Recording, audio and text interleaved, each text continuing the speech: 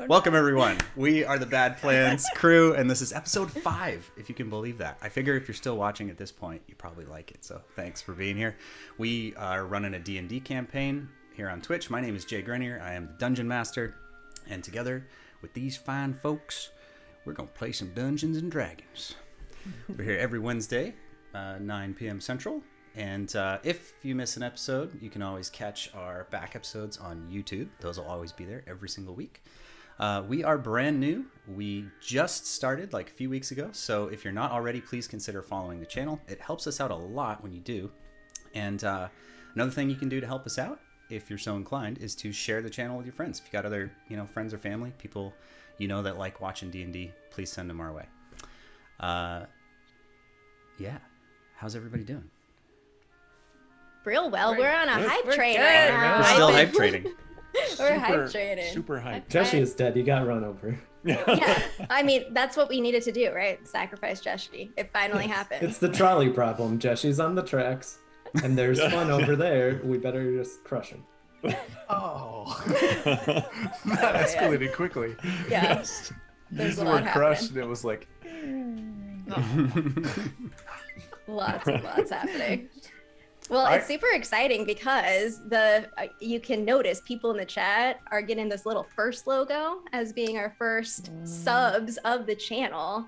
And it's also really hyped that you can use, if you don't already know, Amazon owns Twitch. So if you subscribe to Prime, you actually get a subscription to any Twitch channel for free. So you can use that anywhere. You don't have to use that here, but I think that we would have a lot of fun if you did. But you And- use it. It only actually works on this channel. Yeah, you can't actually use it anywhere It's else. weird. It's just here. It's weird. Yeah. But yeah, it's a lot of fun. information. I gifted a sub, so there's all sorts of love going in the chat here that is really Awesome. exciting. Which yeah, I don't know.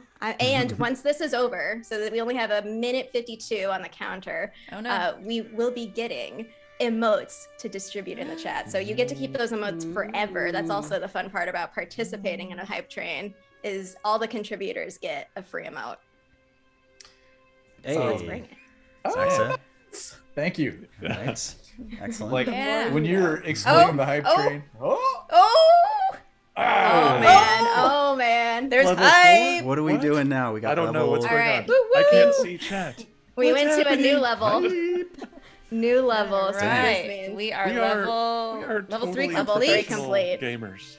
Level 1 to 4. I know, in, we're just the like, first can we night. do it? Can we do it? We're already Yeah, when you were 20% in, explaining too. like the levels earlier, I was like, oh man, are we gonna get to level 2?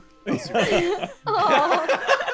Do we get Dream like big, when do we get the dream new big. abilities? Like, is this new? Well, now spell the slots or timer what? the timer resets, so now we have to wait a little bit There longer. we go. Now we have 5 more minutes. All right. All right, just enough time for a recap. Oh yeah. The island of Thunderstone. You arrived early this morning by ship, having broken through the magical barrier storm that surrounds the island. You tied up at the old docks on the southern bay, and there you met some unexpected new friends. A trio of turtles, reptilian humanoids with large shells on their backs. They were quite friendly, and at the small expense of sharing some of the morning's catch, you learned a lot from them. Though they're transient people, they'd traveled to and from this island for a long time. This was once a beautiful, healthy, and vibrant place, but in the last century it had slowly fallen into sickness and decay. With terrible nightmares plaguing any who ventured beyond the coast, it was not a place they enjoyed being any longer. You learned that the island and the great tree at its center were once a sacred site for coastal druids, a central meeting place frequented by great and powerful practitioners of the druidic arts. Although it wasn't the intended purpose of your visit to the island, Kinz, a druid herself, has found an unexpected and nebulous connection to this place and to the great tree. Along with that, you also found out that there used to be dwarves on the island, on the northern coast. The turtles weren't sure what had happened to them, but they told stories of trade and precious metals that the dwarves would dig from the earth. Useful information, considering you'd come here to find the dwarven mine. Like the rest of the island's inhabitants, though, they were now gone. The only ones who were still here, as far as the turtles knew, were the ladies, those who tended to the great Banyan Tree in the center of the island.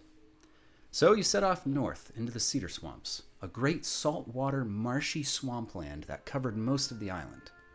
Travel was slow, hot, humid, uncomfortable. Although overgrown, the path still lay clear and was flecked with wooden boardwalks that traversed the deeper areas of the mucky undergrowth.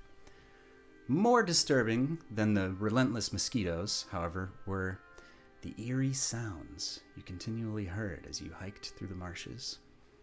A little girl laughing, echoing across the still, stale waters. Trees cracking and falling. Babies crying. The source of the sounds was unclear, but before you could investigate, the swamp itself seemed to come to life as a giant, mucky, ooze-like creature rose out of the ground and attacked you from beneath. After quickly dispatching the creature, you decided to investigate a nearby abandoned tower. Not far off the main path, it wasn't a long hike. The tower was old and derelict, but it reeked of magic as you approached. Inside, you found a tall mirror that, when looked upon, reflected a much different tower than the one you stood in. The magical mirror then presented several challenges, seemingly designed to test or at least gauge your moral compass. Your answers, whether right or wrong, seemed to be enough as the mirror shimmered and became a portal into another room inside the tower. Through it, you found the study of a wizard named Raikonen, the previous owner of the tower who had seemingly lived here a long, long time ago. For any who can pass his test, he'd left his journal and one half of the key to the dwarven mines. So, you stand now on the other side of the looking glass in the wizard's study. What's the plan? I'm gonna step outside the mirror and go get Thorkum. Thorkum. So inside there is a library, and it's totally safe, and I promise you want to see it. It's really cool. Come on. It's fine. Trust me. And I'm gonna start dragging him. I reluctantly enter in. I'm gonna leave 14 kind of guarding the lower level. So there's I'll go through too. When we go across, is this the top? Like, do we see a roof? Can we tell if we're at the top of this tower or if it goes further?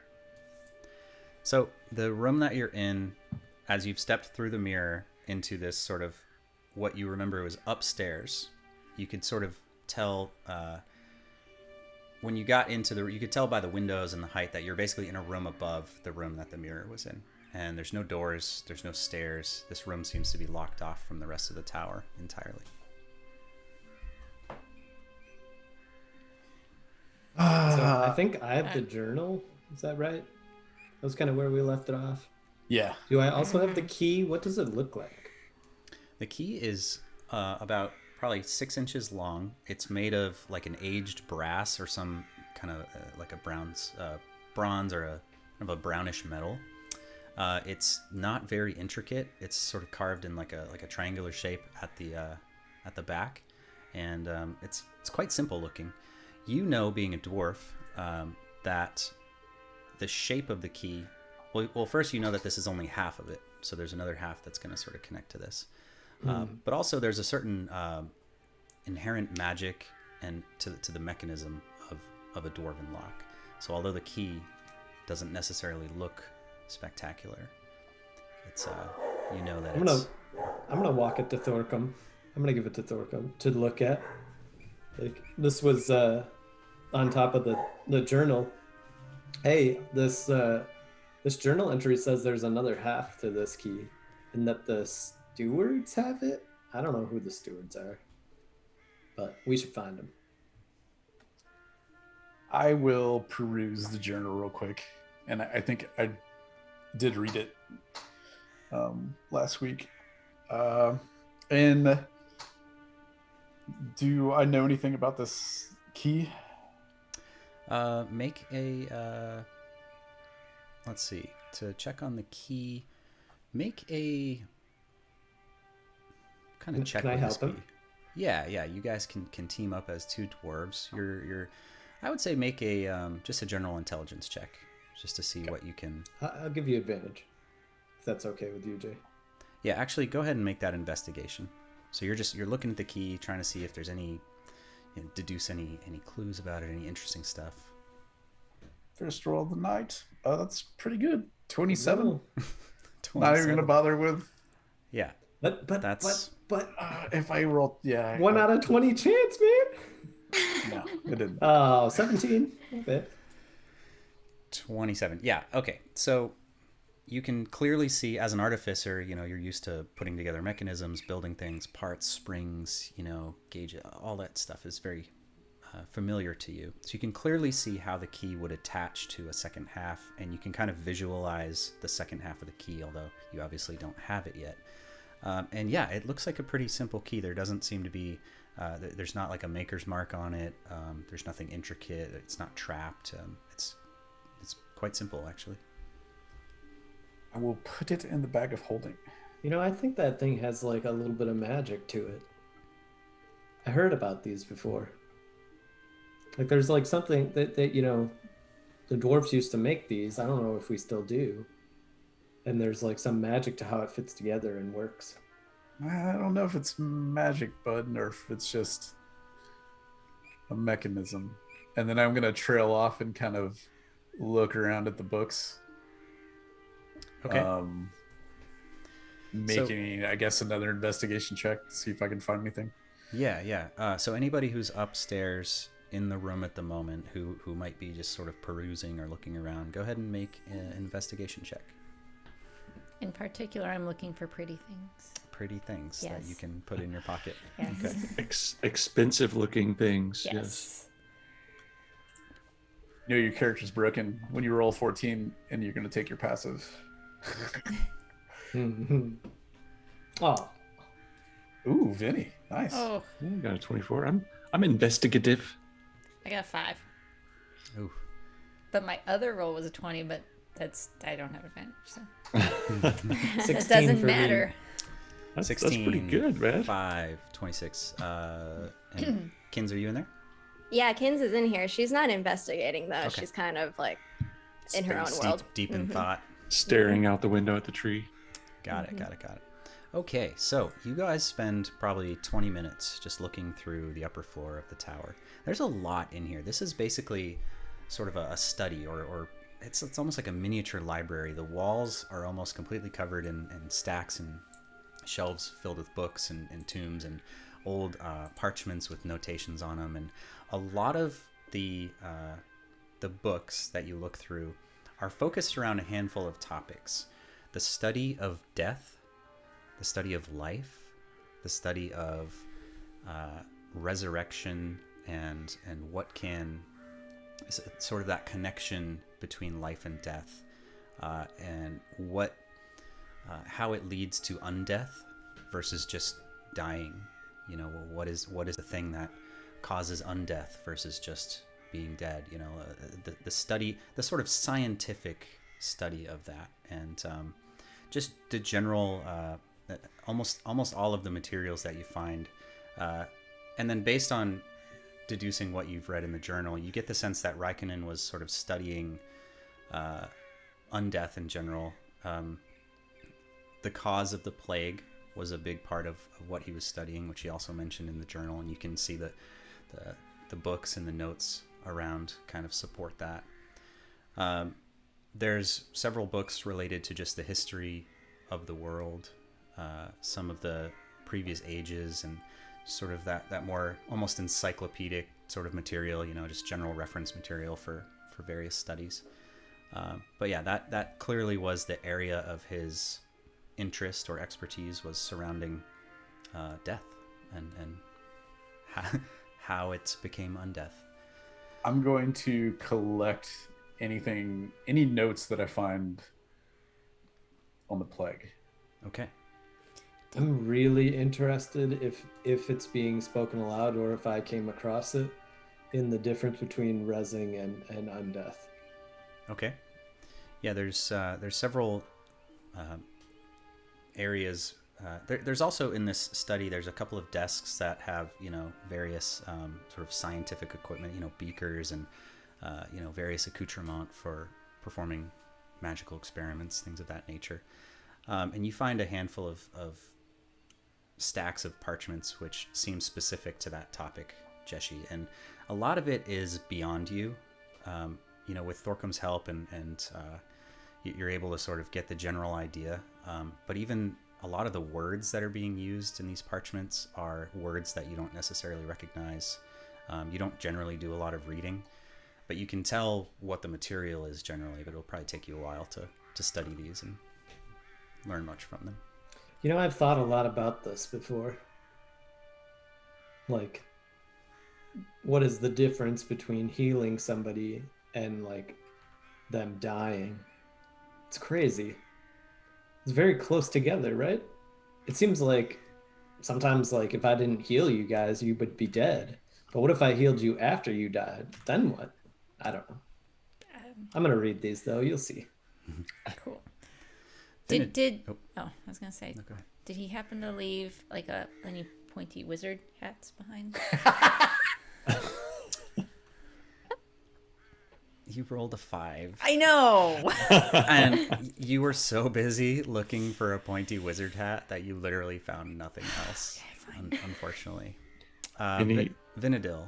Oh, sorry. Go ahead. What's your question? No, I was just gonna see, if there's any shiny or more object. I'm not really paying attention to the books.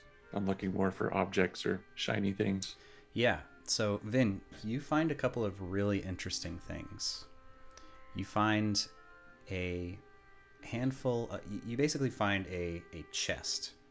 What anybody would look at and basically say, yes, that is a treasure chest, kind of on one corner of the room. Thankfully, it is wide open, so you can kind of see inside of it. And you find a handful of interesting things. You find a couple of small stones, which are clearly magical when you pick them up. They're basically just small, smooth, polished black stones that are just grouped in a pair. You find them in one corner of the box. In the middle of the box, sitting atop a small metal sort of stand, there's an orb that is probably about the size of like a pool ball, a billiard ball, maybe about 2-3 inches in diameter, and it's sort of like an opal kind of color, and it's got a swirling glow in the center. You're not sure what it is. Anything like the orb that almost killed that dude? No, No. definitely not. This is Okay. no worries there. Okay. And then the last thing you find in that chest is what looks like a long wooden cane that as you pick it up, you can tell that it basically the cane sort of transforms into what looks like a longsword, and you can feel some magic pulsing from that as well. So you'll have to study these items to understand exactly what they are, but handful of magic items in there. Thorkum, as you're walking around, a couple more things you find. You find a set of alchemist's tools, which are of particular interest to you. It's not something you've studied in great detail before, but any new set of tools, is something that caught your eye. You also find 2 potions of greater healing and 1 potion of acid resistance.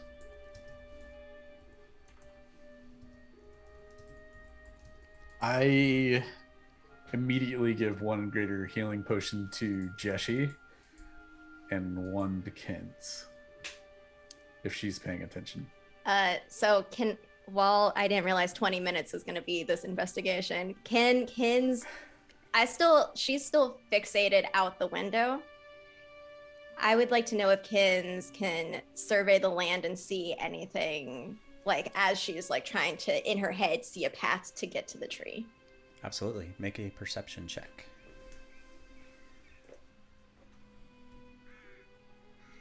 Oh, did that now go? I'm gonna take my stuff over to Thorkum as well. All right, we'll go with that first one. 17. 17. Okay. So as you're peering out the window, the sight before you is a banyan tree is, well, a normal banyan tree is already very large, and it has sort of a almost a half circle dome shaped top, and it has a really, really wide, very round canopy. And then along the bottom of the tree, you can typically see roots that hang down, and the actual branches will extend roots down into the ground to support the massively extending canopy of the tree. You're familiar with it, with a banyan tree in general, Kinz, but the one you're looking at now is amazingly big. You can't even, it's hard to comprehend the scale of this tree, and the only reason your brain is able to make any sense of it is because of all the surrounding cedars and different scrubby trees from the swamp. I mean, this thing is, it's got to be, at least 100 or 200 yards across. It's just absolutely massive. And the canopy extends all the way into the swamp itself. So it basically looks like you're going to need to walk through the swamp, and then we'll just end up sort of underneath the tree. At least that's the way it appears from here.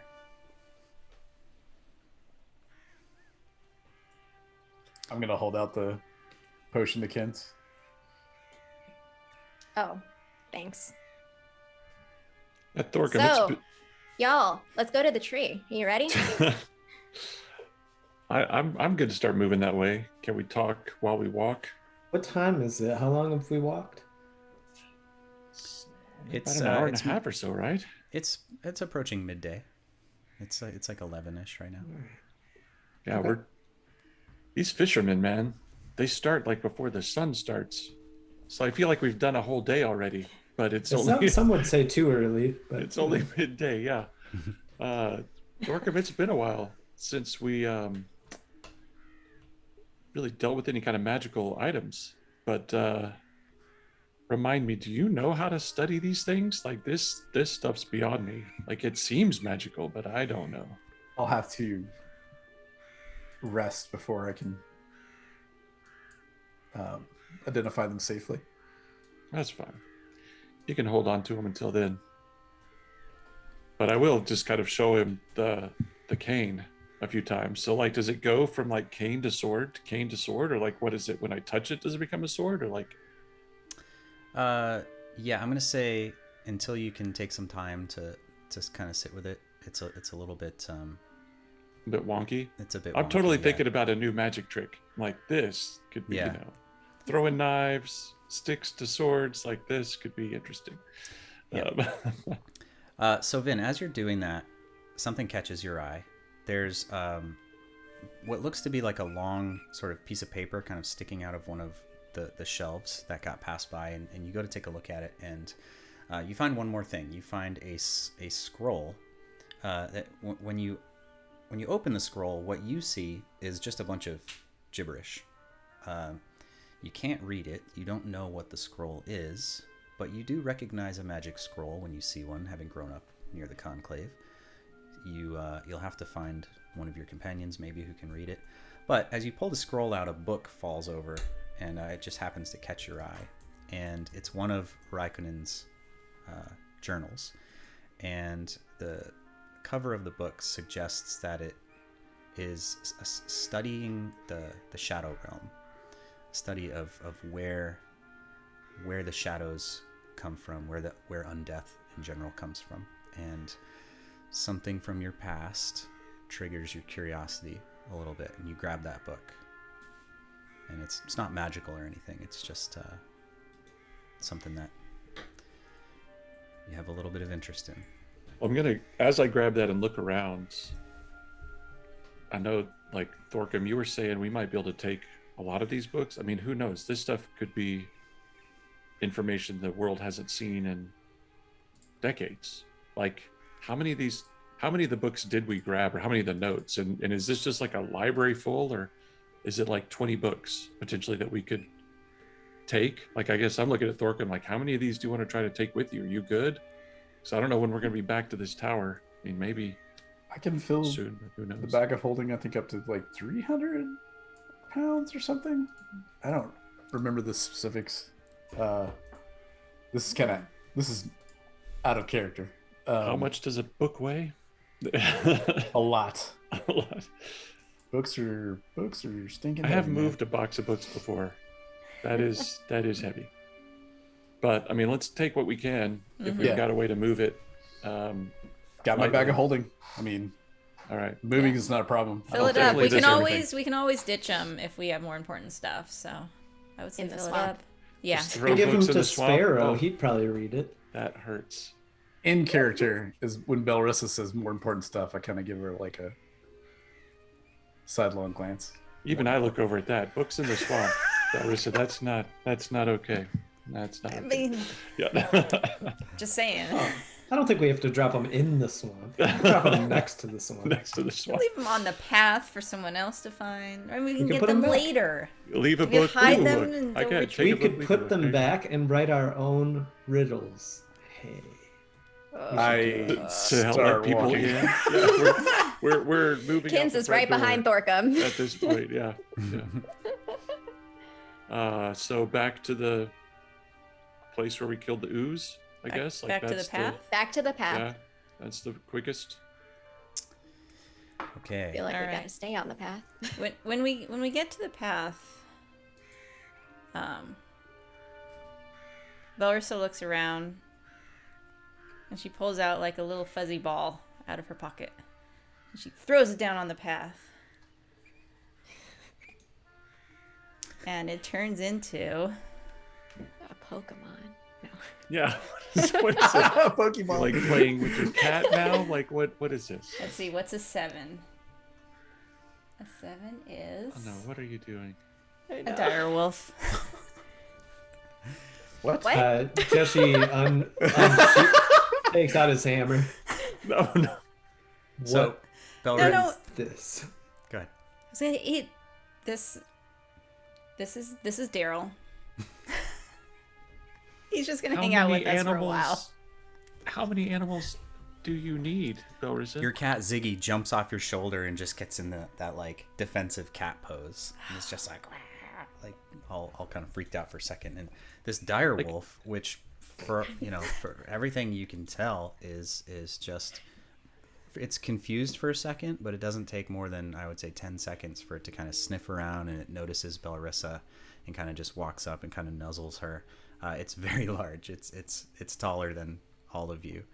That thing is gonna get dirty. And it's very real. It seems friendly. What do you want to do? I'm gonna tell him protect the group and come with us. Okay. Yeah, and we've got some questions about this little fuzzy ball you just threw on the ground. Fill us in while we walk. Who are you people? How do you do these things? What is happening? You That know, was awesome. I got this bag from the family like when I left, and I haven't used it yet, and I just really wanted to try it, and it's awesome. So Wait, this is like, the first time you've used that? Yeah, it's cool, right? are we I mean, gonna I think it's keep- cool. I can turn into an animal, so yeah. Are we gonna We're friends. keep this wolf, Daryl?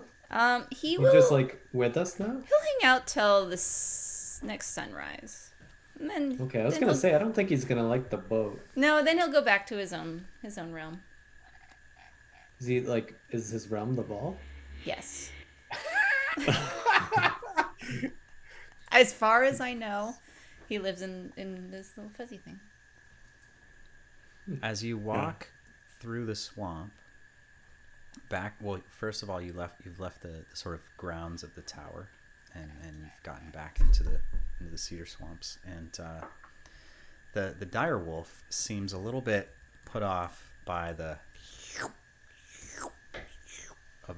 walking through the mud as it gets up to about its a foot or so up its legs, and you can see that its fur is all caked in mud, and the flies and the mosquitoes have taken a particular interest in the dire wolf, but it follows your command. It follows closely, and you're all back on the main path. Think I can ride him? With that, I get back on 14's back. 14. I just start going. No, he'll probably bite me. He might not like it. We'll see if we can become friends. Okay. It is just like them to give you crazy rare items just as you leave the house. What else did they put in that bag? I mean, there's I like walked three. out with like one rapier. My Barely grandma gave magical. me a sandwich. Until like, it's all right. It's cool. There's like good. there's like 3 balls in. I don't know. There's. Yeah, Vin's got gray we're all good. little ball envy. I mean, we could share. I leave home and they're like, keep everybody safe, but you know. Yeah, Belrissa, you should. She gets Do a you want to bag share full of with Vin? toys. Yeah, Vin, do you really want one? Do you no, want? I'm Do good. you want? I'm good. You I want don't a- need a. Do you want a fuzzy ball? I can make one Fuzzy for ball. you too, and I just throw it. You throw another one? Yeah, for Vin. Okay. This one's for you. What? And that. Okay. These do you have? I love this so much. What is this one? This is a. Oh, it's another direwolf. Another As far dire as I wolf. know, this only makes direwolves. Is that supposed Wait. to happen? We're gonna say that can happen because that's awesome. Can you tell them? Are they different looking? Can you tell them apart? No. They look all the same. Dire wolf, nice. All right, this one's for you, Vin. His name is Fred. Okay. Aw. All right. So okay, a like 7 foot tall second dire wolf appears next to you. Y'all, should I turn And, into a wolf? I mean, seems Wolf to be party! the theme. This is fine. This is fine. This is a great plan. Everything's fine. I'll wait a little longer. I tell Fred, like, Vin's your guy. You gotta follow him. Fred and Daryl, the 2 dire wolves, walking through the swamp. Fred and Daryl. Okay. I'm gonna ride one of these. You're gonna try to walk. You try to ride Fred. He seems You a can little definitely more try to calm. ride the dire wolf if you want to. I'm not in a rush. No, Yeah, Jeshi. you're gonna. I put out, back of the hand. Yeah, these are large. Like, how big is creatures. a direwolf? It's a large size, which means it's Oh, like very Bigger large. than any of Like us. polar bear. Yeah, we're all Yeah. like It's like medium. a polar bear size. Yeah, Bigger than imagine 14. For sure. a horse-sized wolf. Sweet. aw. That's and there's 2 of them who are identical. Fred and Gerald. All right. Yeah. And Fred, Daryl. Fred and Daryl. Oh, Daryl. Sorry. Red Gerald. I had Reginald on the mind. Yes. Okay, you're walking down this path through the swamp, and the monotony and the just general, just gross discomfort of the humidity in the swamp and just the stale kind of feeling of being out here is broken up a little bit by the hilarity of 2 massive wolves just appearing out of nowhere. You guys have been together for quite a long time. You've never seen Belrissa do something like this, so okay, great. But the moment is broken as one of the dire wolves just takes off running down the path. Daryl just all of a sudden just bolts down the path and kind of around a corner and through all of the scenery here, if you can picture it. There are just, it's really dense trees, and these are tall, sort of spindly cedars that kind of grow down into the swamp, and there's just tons of them. So occasionally it'll get so dense that you can't even really see where you're going more than maybe 10 or 20 feet in front of you as you're just weaving through these dense thickets.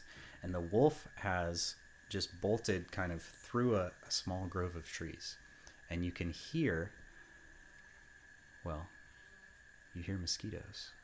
If anybody wants to make a perception check, or you can just keep on walking. What do you guys want to do? I chase after it. No, I wanted perception. Definitely I'm full perception. sprint. All right. Taking my passes. Oh. 18. Darn it. Oh, 12. somebody got 20? Oh, Well, no, that was your- my second one. My second roll. Womp womp. 17. Epic. Okay. Not bad. You can hear sniffing, like really loud. And this is and it's obviously Daryl, or at least you think so. But he's pretty Could big. be Fred. You're right. You're actually you second guess yourself. Is it there? Is it? Who knows? But yeah, sniffing like nothing frantic, just kind of a loud sniffing. And as you round the corner, you notice that on the right-hand side of the trail, there is a sort of eerie glow coming from the undergrowth. No. Hey, no. Jeshi back reaches from there that. first, and you see the giant direwolf just sort of cocks its head at you. No. Just- That could be and dangerous. just goes down, and it puts its giant snout down towards the ground. And Jeshi, you look down, and what you see are, for probably about 30 feet long and maybe 15 or 20 feet back into the swamp and off the trail, you can see that the entire ground is littered with multicolored mushrooms. There's a slight, almost glow, almost effervescent glow kind of coming off of them, and they're all different types of colors. Some of them are spotted, some of them are striped, some of them are just these bright pinks and blues, and it's just this sort of like cornucopia of just all sorts of different types of mushrooms that are growing out of kind of the bottom of the trees, through the roots, all over the place. And the wolf seems infatuated with them, just sniffing all around and splashing in the water, trying to get at him. You guys all reach Jeshi at this point and see the same thing. Tell Daryl, don't eat those. All right, get a hold of your wolf. Kinz would like to Drop reach over it. and pick up a mushroom. As you step closer to investigate, the colors seem to shift a little bit. It's vibrant, it's inviting, and when you lean in to get a better look, Kinz, it seems to almost sparkle as you reach down. It smells good too. It smells like cinnamon, maybe? Fresh bread? No. Like a pot pie? Oh, it's delicious. It seems like it would be a shame. No, it would be foolish not to take a bite out of this. Do I see her doing this? In my super perception. You definitely see her. You all see her. She's just... I Kinz has now reached down and she's kind of squatting next to like a pile of mushrooms, and she's like just looking at these. am gonna try to get her attention. Kinz. Look! Jeshi, Put it down, please. Jeshi, Why? as you reach down and try to sort of see what Kinz is doing, see what Daryl the wolf is doing, there's a mushroom down there. And you swear it smells just like Emmy's bacon from the Sleeping Savior. Ooh, it is. It's been a long day, and you're really hungry. That mushroom looks delicious. It's so pretty and it smells so good. Y'all, we haven't eaten. I mean, we did eat a little bit ago. Yeah. But I look, mean, it looks so pretty. Bacon mushroom. Kinz, I mean, you're the druid, so you're a nature person. Is it a safe mushroom? I mean, some mushrooms are not so safe. Okay, I don't know if it's possible, but if after hearing Belrissa say that, can Kinz focus to look at the mushroom more closely? Yeah, are you proficient in medicine, nature, or survival? Any of those three things. I am proficient in. No. Survival. No. No. I should be proficient in survival, but I'm not. Or I don't nature. have that Or check. nature? like, druid. No. She's a city druid. City Oh, that's druid. true. City druid. I'm a poser. So, Kinz, I'm proficient in survival. you think to yourself. You think to yourself. I mean, they don't really know that I'm not proficient in this. I mean, it's fine, right? Make a wisdom saving throw, Kinz. Is she within 10 feet of me? Yes. +2. Jeshi, All right. you need to make the same save. Yeah. Oh, I'm a snap. survival proficient. Can I do that? You're proficient in survival? Yeah, it's the same number. It won't matter. No, you can't do a survival saving throw. It has to be a wisdom No, saving right, throw. right. Okay. Yeah, That's, Right. wisdom. But Roger. That's better for me because I get +2. but before you make the saving throw, make a survival check. Okay. Okay. Oh wait, I have a passive wisdom. Does that do anything? Nope, saving throw is Darn different. it. Got it. I am 13. 13. Right. I want to see what happens with Jeshi's survival check before I do an action here. I might help 16. Kinz. 16. Okay. So that check will determine if you know anything about the mushroom you're about to take a huge bite out of. So Bacon mushroom. go ahead and make your saving throw. Wisdom. 6. 8 plus because I get +2. 8. Okay. Yeah, I rolled it before, so Oh my gosh. Take it. I am going to use Flash of Genius for Kinz, giving her a +5 on that 11. Well, So that opposed would to be 13? 18. Yeah, 18. Oh, it would be 18. Okay. Yeah. And like, I'm just going to say, Kinz, I've seen men die for meaning things out in the wilderness. Please don't. And I am not even looking at Jeshi at this point. I'm Meanwhile- focused.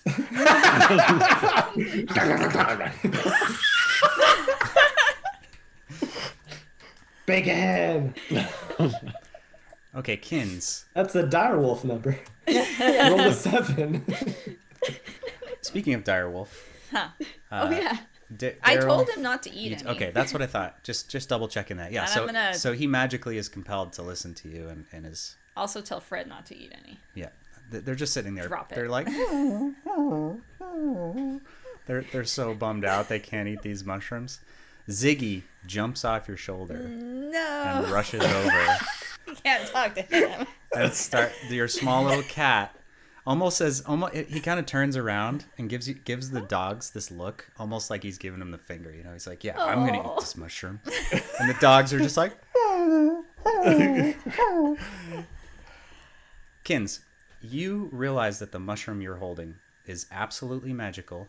It was messing with your mind, and you've just shaken it off thanks to Thorkum, who sort of gives you a slap on the back and gives you a flash of genius. You can still make a choice. You can still decide to eat it. Now, you also know, although you're not proficient, you know that some of these mushrooms can be extremely beneficial. They can restore life. They can give you, your health back. They can heal wounds and disease. Some of them not so much, but it's your choice. What do you want to do with your mushroom? Oh my gosh. So Kinz, in shaking it off, is like, oh wait, whoa, magic mushrooms, y'all. Some of these seem good. Wait, what? Jeshi! Jeshi! Some of these seem good, but some of these seem bad. Is bacon good? Yeah. What? Uh-oh. Jeshi. Don't eat them. Let's all. Can we I pull want- Jeshi back from the? I mean, I know he's already eaten one, but like while we do this, can we go ahead and pull Jeshi back onto the center? Yeah, you can. You Okay. pull him back onto the trail, and he seems content having just munched down, a mushroom. And so, Kinz, you've Anything, decided not to. Jeshi? Or It kind of tastes like Emmy's bacon. It was good. You should have some. I'm gonna look in his eyes like, are you okay? And I'm gonna poke him. Jeshi, by the way, out of character, I am. So I just rolled on a random table to see what was going to happen when you ate a magic mushroom, and damn it, Jeshi, you eat this just beautiful bacon. But by the time you're like kind of done with it, it has stopped tasting like bacon though, and it's kind of dry and just raw. Kind of the texture is not your favorite thing, and you feel you're being shaken by Vinadil, and you kind of snap out of it for a second, and you're looking around, and your senses return. You suddenly hear a voice. What a bunch of morons! Carol? Look at them, they fell for it. What a bunch of idiots! You just hear this voice. Hello? You've no idea what it is, Look Where- her. where it came from. You okay, Jeshi? That is not the voice I expected Daryl to have. We're still. Daryl? What is Really, he really talking Daryl. about? Jeshi, it's you so have gained the high-pitched. ability to speak with plants for 8 hours. thanks to this magic mushroom that you just ate. Oh God. But he doesn't know that. There's no way Jeshi knows he can talk the plants down. Jeshi There's doesn't no way. quite understand what's going on. He's not the brightest candle on the shelf there. So Kinz is still holding her mushroom, FYI. Still holding it. What She's gonna put it in her pocket. you just keep hearing these voices. You're just being like, somebody is just accosting you. Somebody is just calling you morons, idiots, just laughing at you. You look around and why are your friends making these weird voices? Are the wolves talking? What is happening right now? And why do you have this dry, gross taste in your mouth? You're so confused. Kid, So are you okay? Me? Well, I'm talking to Jeshi. He's the kid. Oh, Yeah, sorry. I thought you said Kinz. Go ahead. Yeah, poking him still. Oh yeah, I mean, like, look, it was enough that the direwolves were like came out of a ball, but I didn't know they could talk. It's crazy. They're I'm gonna have What? 14 collar him and kind of bring him back towards the trail. They're not talking. What is happening? This is Let's keep moving. yeah, and maybe don't eat anything out of the swamp. Do it. yeah. Yeah. I mean, I actually not go am that far. proficient in survival, Jay, at a distance. Mhm. Can I tell anything? I rolled a 13 survival. Yeah, you tell the same thing that or who was it that rolled before? It was Me. Yeah, Kinz. Kinz. The same thing that Kinz. You know, having lived in the wilderness for most of your life, Thorkum, you're well aware that mushrooms can be beneficial. They can be detrimental. They can heal. They can hurt. You have to know what the specific mushroom is. You don't recognize any of these, which to you means stay away from them. Yep. Let's keep moving, guys. So, for fuck's sake. So, your cat Oh no. yeah. has rushed. Is he talking to plants? Oh is- no. The most absurd shit. Okay. Your cat has run over and just started just chowing down. You know how cats just like, they just run over, they just go to town on this food, and it has completely devoured one of the mushrooms. And you look back and you're so worried about Jeshi, you've forgotten about Ziggy for a second. And then you go, oh crap, and you just hear, and the wolves suddenly, you look over and Ziggy has become enlarged and is now, instead of a tiny little cat, is now about the size. Oh yes. Oh my god. Yes. Yes. We have to Ziggy's fight about the Ziggy. size of a mastiff, like a large dog. Oh yes. But he's also like a sphinx cat.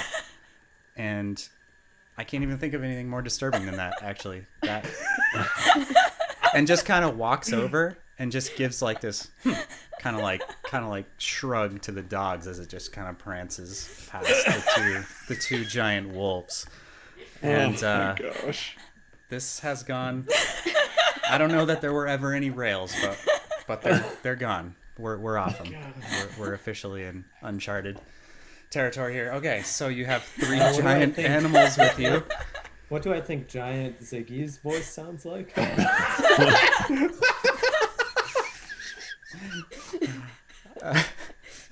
Yeah, I think you would probably make that leap. You're pretty sure Ziggy's talking to you right now. You finally make it Meow? out of the small glade Oh my. of magic mushrooms. Thank you, Tasha's cauldron of everything. You get a little bit further down the path, and describe to me how this is happening as you guys are walking down this narrow path. So here. at this point, I kind of want to tell the wolves to stand on either side of the path. No breaking off, no eating things. And then put us in the middle with like 14 at the back, you know, and like maybe Thorkum at the front or me, and like we're kind of walking down trying to keep everyone from like branching off We the may have path. been Yep. mad. I'm just like, why? You tell him, Dad. We got to get control here. Everyone's just wandering off, eating things on the ground. Like, what is going on? I'm gonna attempt to keep Ziggy with me, but he's a Yeah, cat, 2 so wolves and a giant cat. Like, what has got on our a pet? naked cat. Situation is out of control. In a very short window of time too. Like everything was Yeah. fine like 20 minutes ago, and now, yeah. I'm just like I'm slowly at a loss. walk down the path. It's like how have you all survived? I don't understand. You walk into towers and you eat things off the ground. You don't know anything about it. And I just keep walking. Good plans happen here. You walk. Yeah, I mean, oh, go ahead. So please. as much as we can, trying to stay on the path, but it feels like we have lost any sense of stealth or decorum, and at this point, we're just trying to move through the swamp. I'd Whatever like it to is. see if 4 Jeshi can grapple with what is happening to him. Okay. Yeah. Make an intelligence check, Jeshi. -4. This is gonna be awesome. 11. I, Okay. for giggles, am going to flash of genius that roll, adding another 5. Okay. Jeshi, you feel a sudden flash of genius. You look around and you realize it's not Ziggy after all. It's the trees. They can talk. You can hear them. Knew it. They don't talk much, and some of them, most of them, don't say anything. But occasionally, as you walk by, you hear like a hey, or you hear just strange voices. It's really odd. You right there, kid? Oh, yeah. These things can talk. What things can talk? Which things? Pretty much everything that you could possibly imagine can talk. This is pretty great. What are they saying? About that, Josh? Well, some of them are kind of mean, so I won't talk about them. But like, that tree just said hey to me right there. Can you That talk one. back to it? Yeah, have you tried? Hello.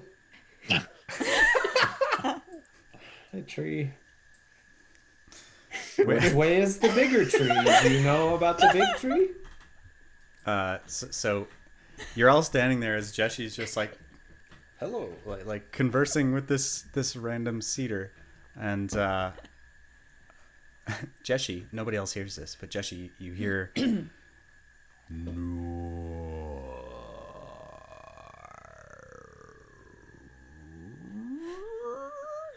And it's like this crazy like squeaking as the wind kind of, there's like this ever so slight moving, but it answered.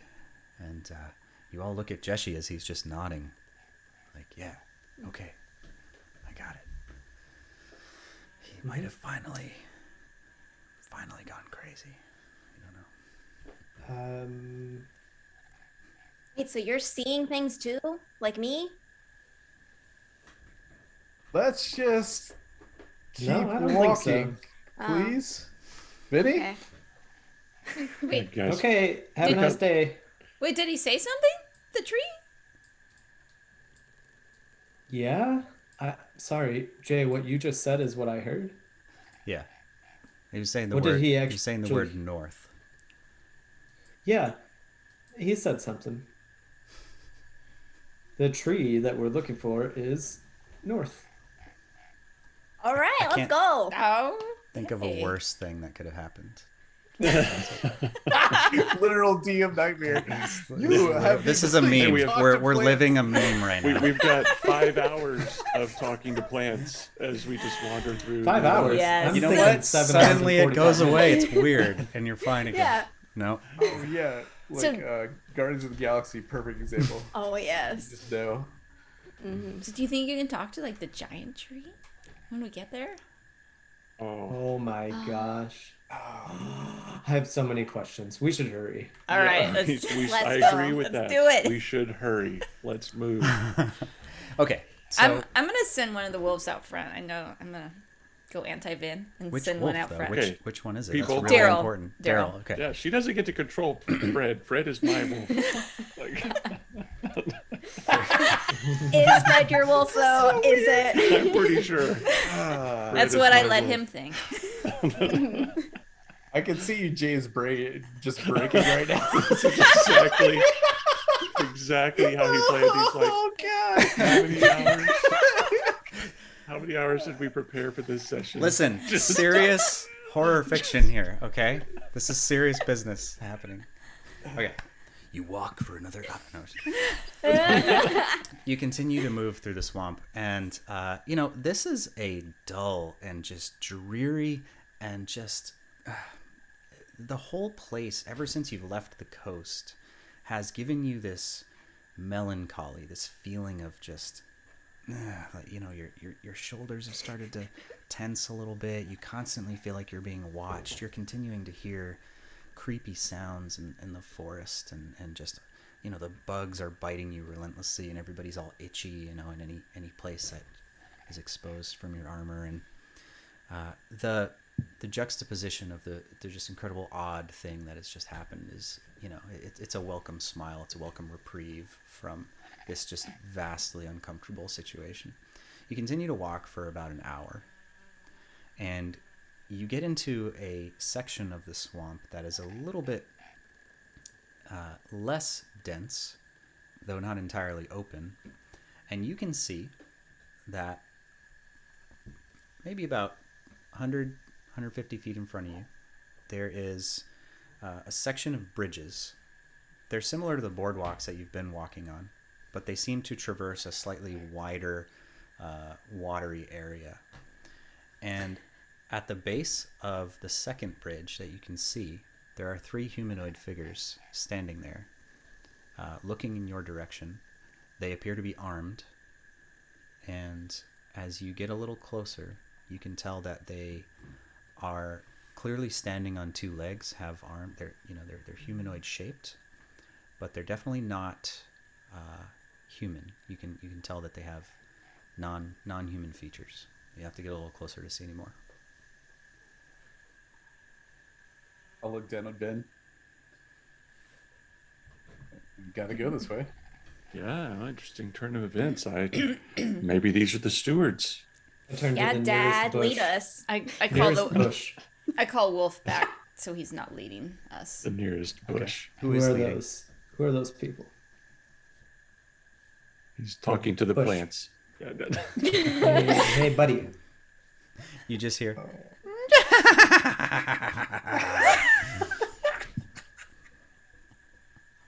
This is either the worst or best day of my life, and I haven't been able to decide.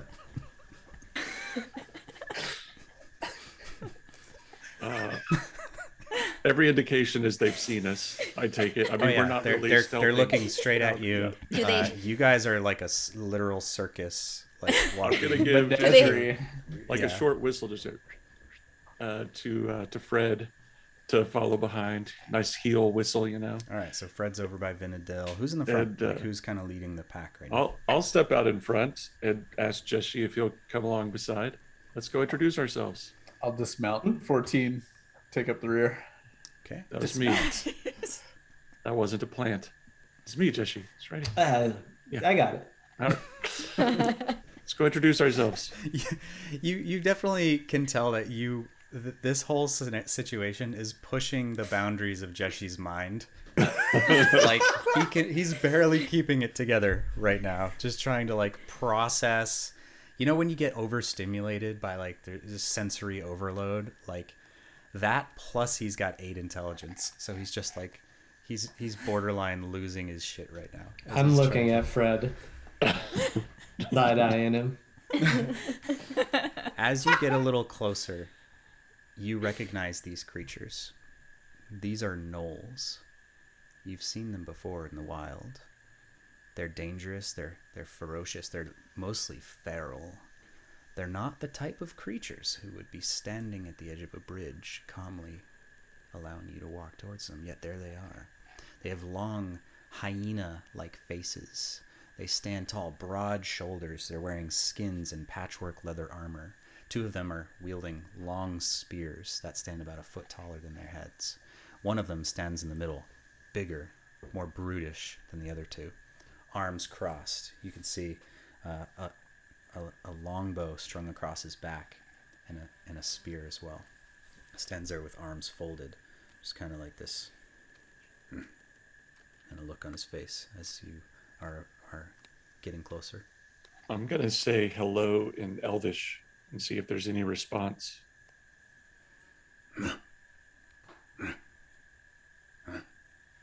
You can see they look at one another. Now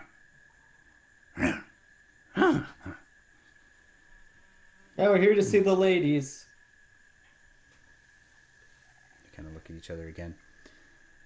The 2 of you reach the front, and you can see that the one on the left is kind of like, has put his second hand on his spear and is just sort of like slowly backing up as Fred has just is kind of like leaning in sort of curiously, and the one in the middle speaks up. You pay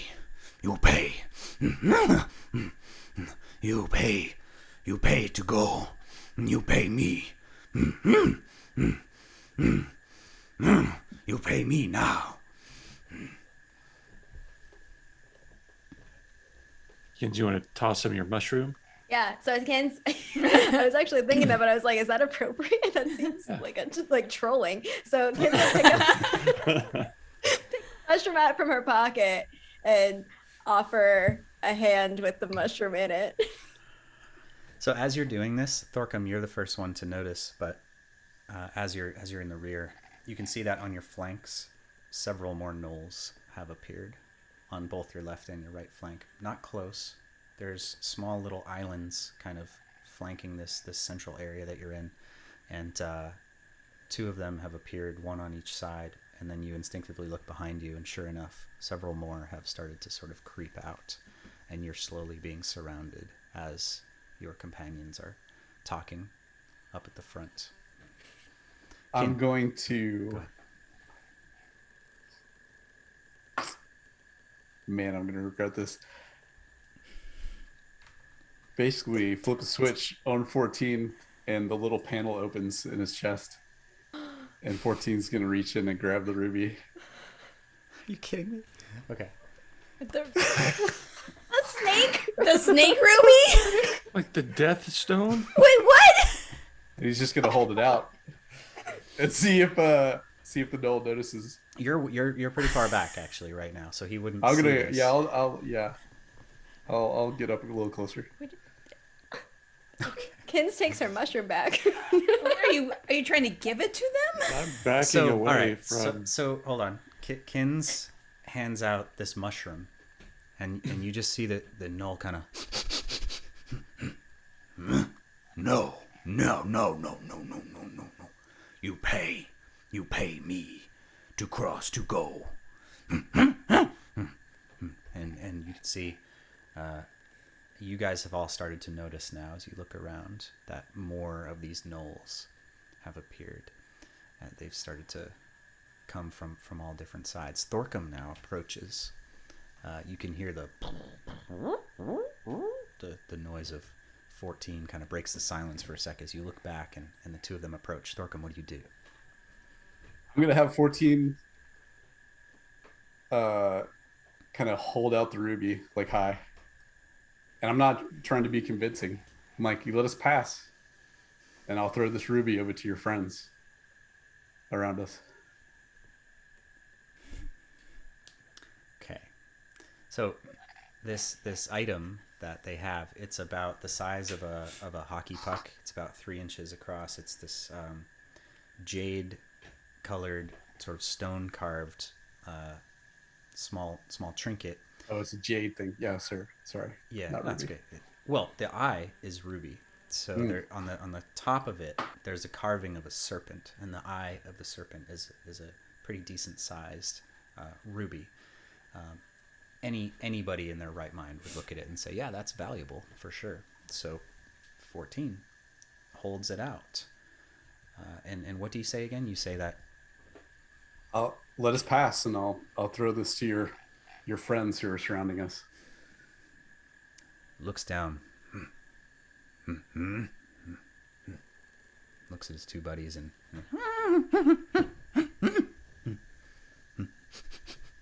then they're both kind of looking down and making these hyena-like sounds and movements. I'm not gonna let him touch it. I'm gonna subtle spell message Thorkum, and say, what's your plan here? You can't let them have the snake robe. It's snake stone. I can't respond without somebody hearing me. You So can't, I'm just you gonna can't stay like quiet. respond in your head.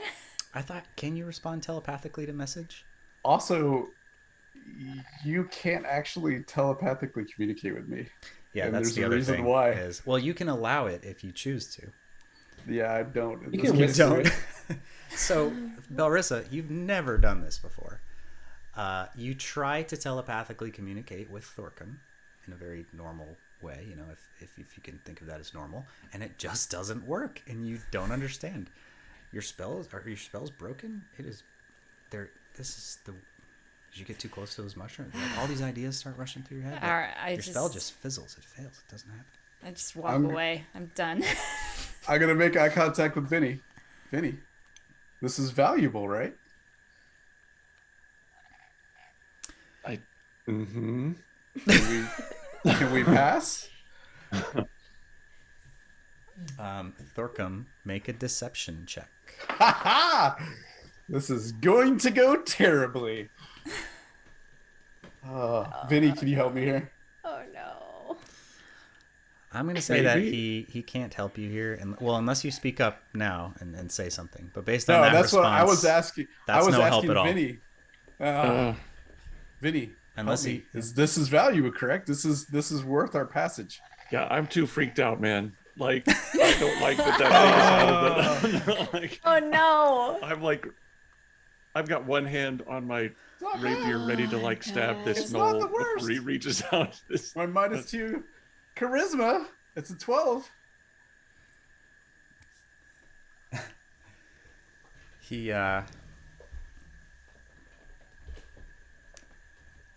the gnoll in the middle, the larger one, kind of not money. You give money, pass.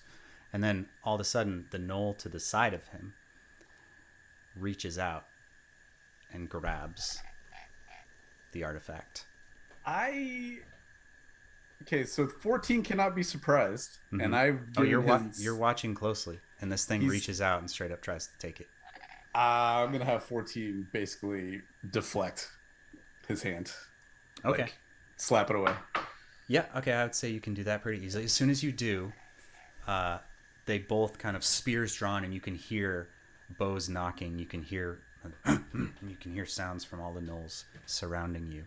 And I as have they all- 14. The one in the middle kind of steps back. Pay. You pay, you go. Peg. You pay me to go. You pay me now. put that away. Thor- I'm gonna flip him a gold coin Yeah, we can. that I just kind of sleight of hand from my pocket. I'll just flick him like a. I'm gonna ask Thorkum like, "Okay, let's put that away. Then just kind of with a flourish with my other hand, flick him a gold coin. Okay. You flick him a gold coin, and he sort of fumbles a little bit, but manages to kind of catch it. And he looks at it.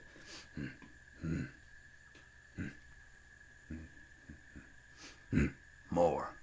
You pay more. I'm gonna go ahead and stab him.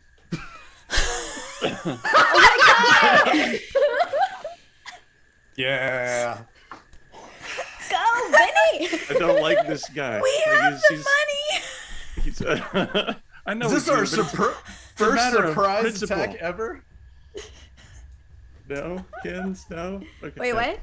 I just want my magic mushroom back. If I can grab it. They didn't He even never take it. he never took your magic He never mushroom. Oh, he You're- never. I still have it. Okay, you're good. okay. You still I'm good. have it. What's going on?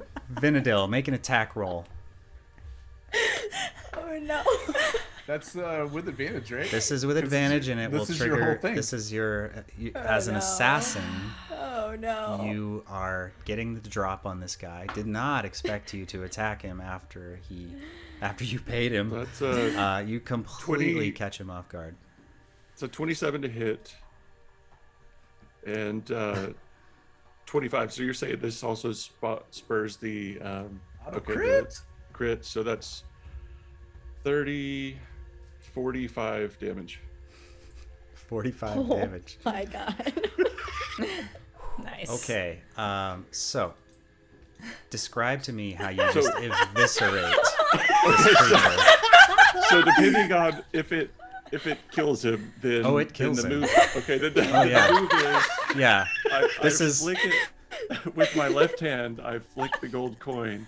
As he catches it, I just take the rapier and basically right up kind of through his gut and neck to just kill this guy.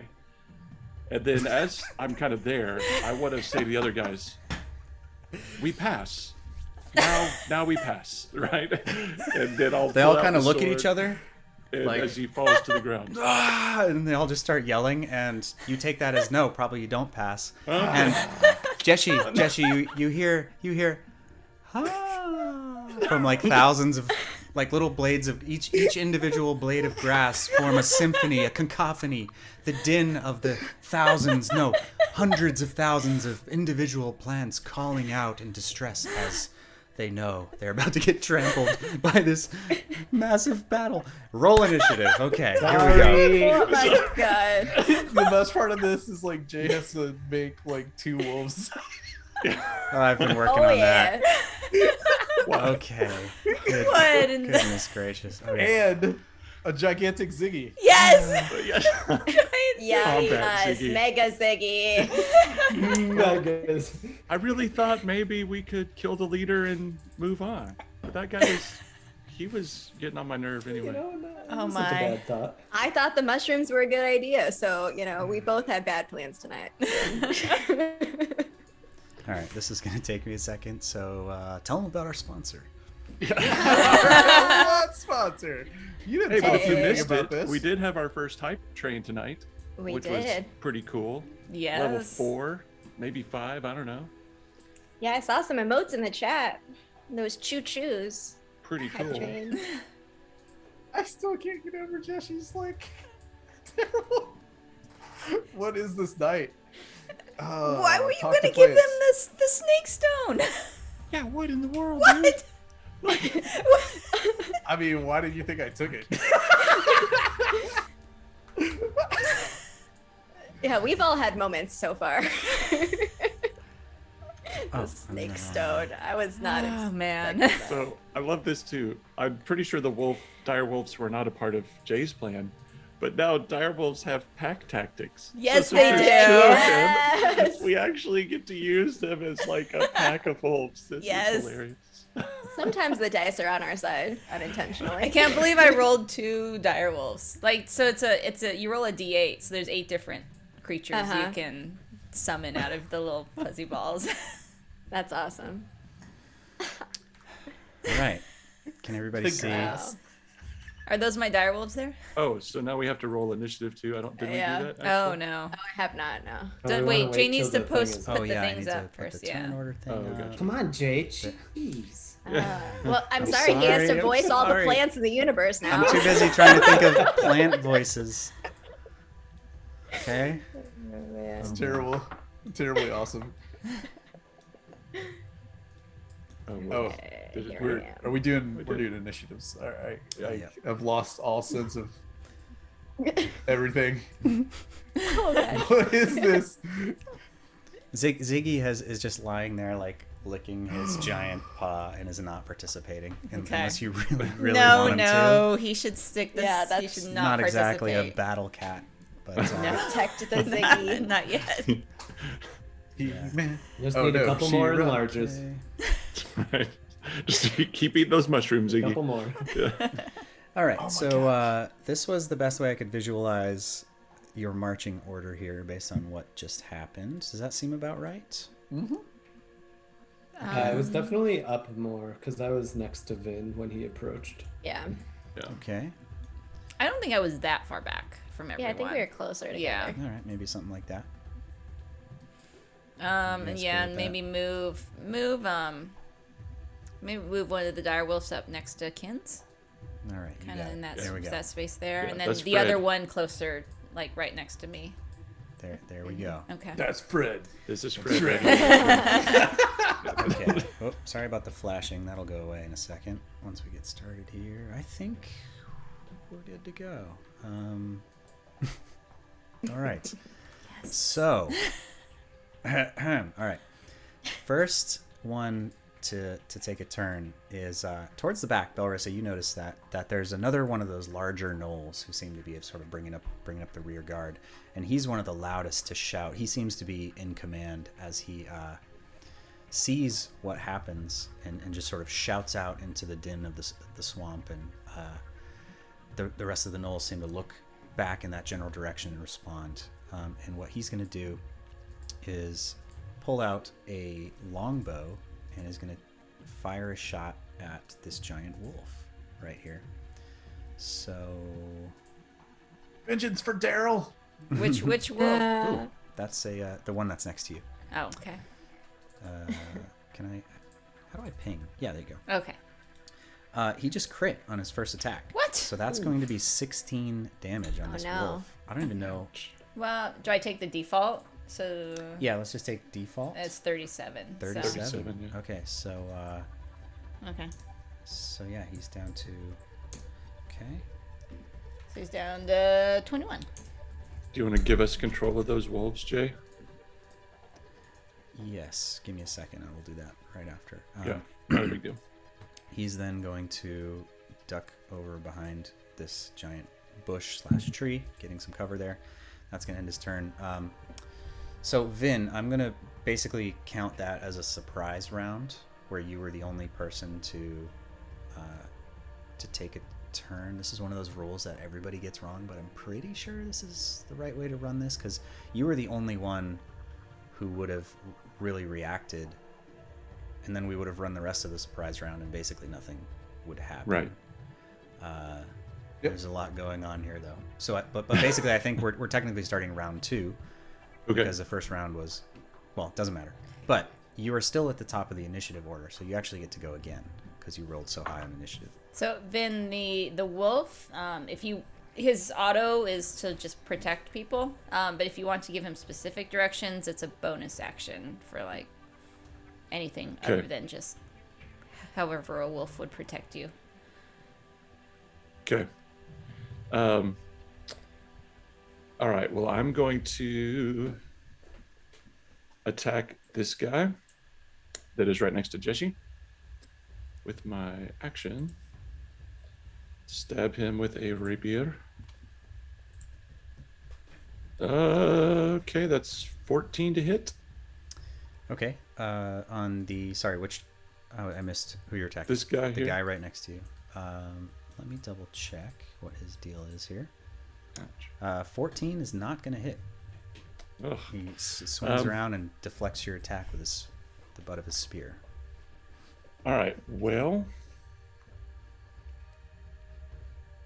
then with the Do it, Fred. Do it. with the bonus action,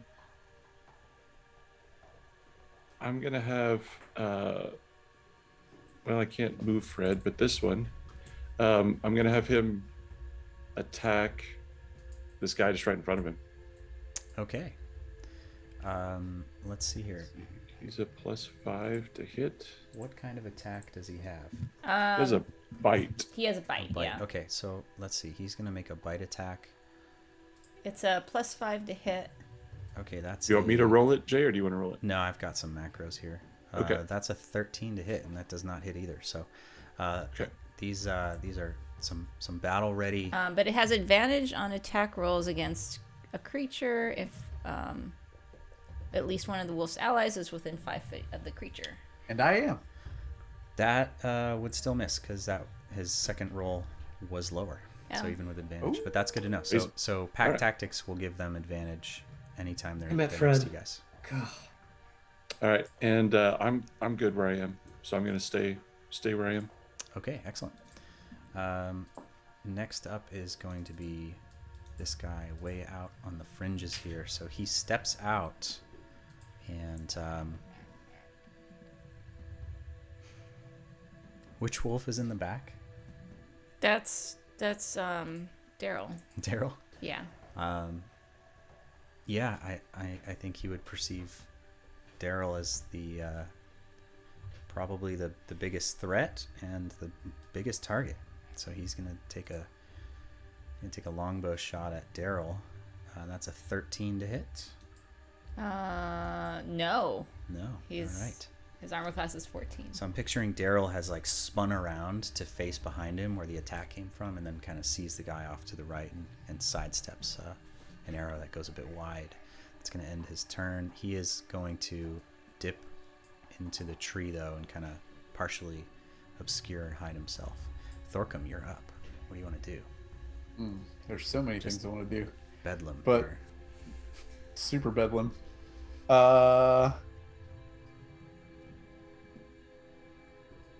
Can I see? Oops. You said the gnoll down here that took the first shot. Yeah. You can technically see him, but he's definitely like deliberately hiding behind a bunch of thick trees. Let me. I think I'm out of range for that. No, I'm just gonna take pot shots at this guy up at Okay. the top. The Vinny missed. Sorry, I didn't mean to say it like that, Vinny. It's quite accurate. 15 to hit. 15 hits. 14 damage. Ooh, and that has a 28 to hit. And 7 more damage. Yes. Okay, so 21 total. Yeah. All right, so he's up, but he falls down to one knee and kind of catches himself and manages to stay up and not fall prone. But he's totally too bad. he's totally like thrown off kilter by that brutal attack. Well, then I have to. Oh, that's gonna miss. So 14 walks up and just like whiffs. He sees 14 coming from a mile away and just manages to use the little bit of strength he's got left to deflect the giant robot arm coming towards him. Anticlimactic. And that is my turn. I'm just gonna stay put. Okay. Next up is there's a gnoll down here at the bottom who's going to sort of step across the bridge and is going to take a shot at the giant wolf with his longbow. Nobody wants to get close to it. It is very angry looking. Where did that work? Nope. Stand by. Server error. Oh no. Okay, that's a good sign. I think that's a natural one. Yeah, definitely a fail. All right. Jay just rolled a natural one. This is Server just error. this whole night is a meme so far. Maybe I can roll. Oh, come on now. This Physical is gonna dice. be Physical 1d20. dice. I know. That's right? right. Maybe I can fake it here. Oh, natural 20. Bummer. I'm gonna have to refresh this page, which will take about 30 seconds. So tell them about our sponsor. Yeah, no. Hey, do you Who want is to take this? the? Do you want to take a? Do you want to take a break, Jay? Yeah. That's I a would great like idea. to take a Yes. bio That's break. a perfect do it. timing. All right, we're gonna run an Coffee. intermission. We're gonna stretch our legs a little bit. I'm gonna try to think of some more plant voices, and collect my thoughts here. So we'll see you back here in about 5 minutes, guys.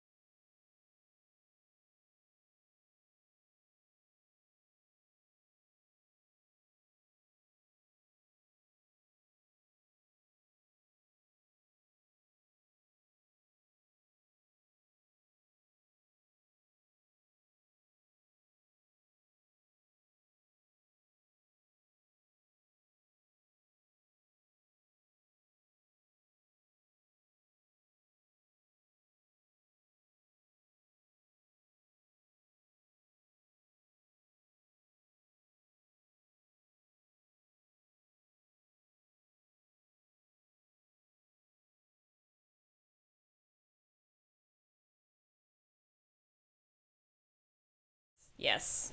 Bye. To those. No. No, stop it. No, we're not gonna die. Inappropriate. Never know in D&D. Make no promises. I'm gonna fix this map. We have wolves on our side. Big ones.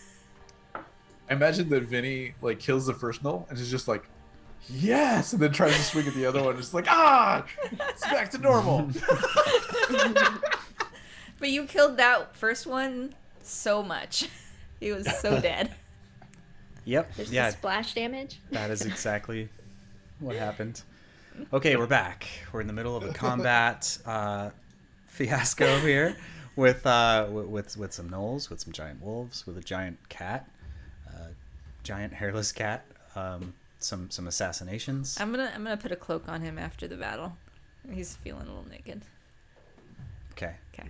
By the way, If we both survive.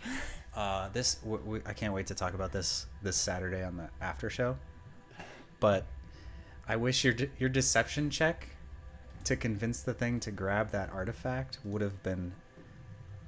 I mean, I don't even want to say. Yeah, we'll have to wait till this weekend to talk about it. No. It was a really good plan. Oh my goodness. I was panicking, dude. I was like, this is like, but like with excitement, because I was like, oh man, this is gonna change everything. Like that's. Anyway, we'll save it to talk about later. But Fine, I guess we'll do this battle then, Jay. yeah, Side note to talk to Thorkum about how he handles the gym. yeah. Yes, And he's just like, hey, Vinny, this is a good idea, right? This is so good, so good. I can't wait to chat in the after show about this.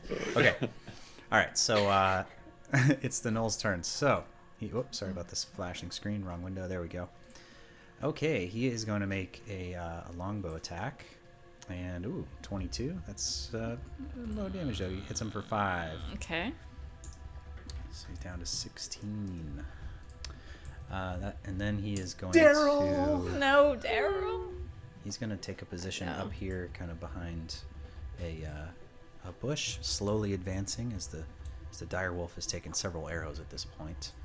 Next up, we have this guy on the opposite island who's going to take a shot at Belrissa. Nice clear view. Okay. Belrissa's Bring it. distracted, kind of picturing you kind of focused on Daryl, you're just like, no, Daryl, no. And this guy steps out from behind a tree and is going to make a longbow attack. 16 to hit. No. Doesn't hit. Did not hit. You're not even paying attention. You're just kind of like, you're like, Daryl. And then all of a sudden you're just like, whoosh, and you just, I'm picturing you just like easily dodge this arrow, and then you just kind of give him this look like, I knew you were there. So, and then he kind of and ducks behind this tree. And it's your turn. What do you want to do? All right. So Daryl, he should move on his own, right? Unless I want him to specifically do anything, right? He's gonna just attack That's correct. Yeah. someone, right? Probably whoever's closest to him. Yep. Unless you give him a specific command, Okay. he will. Yeah, do I'm that. gonna let him attack whoever's closest. Okay. So I am.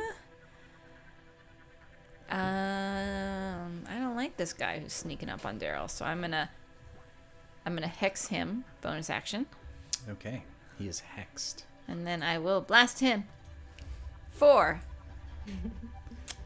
Oh, 11 to hit. That does not hit, does it?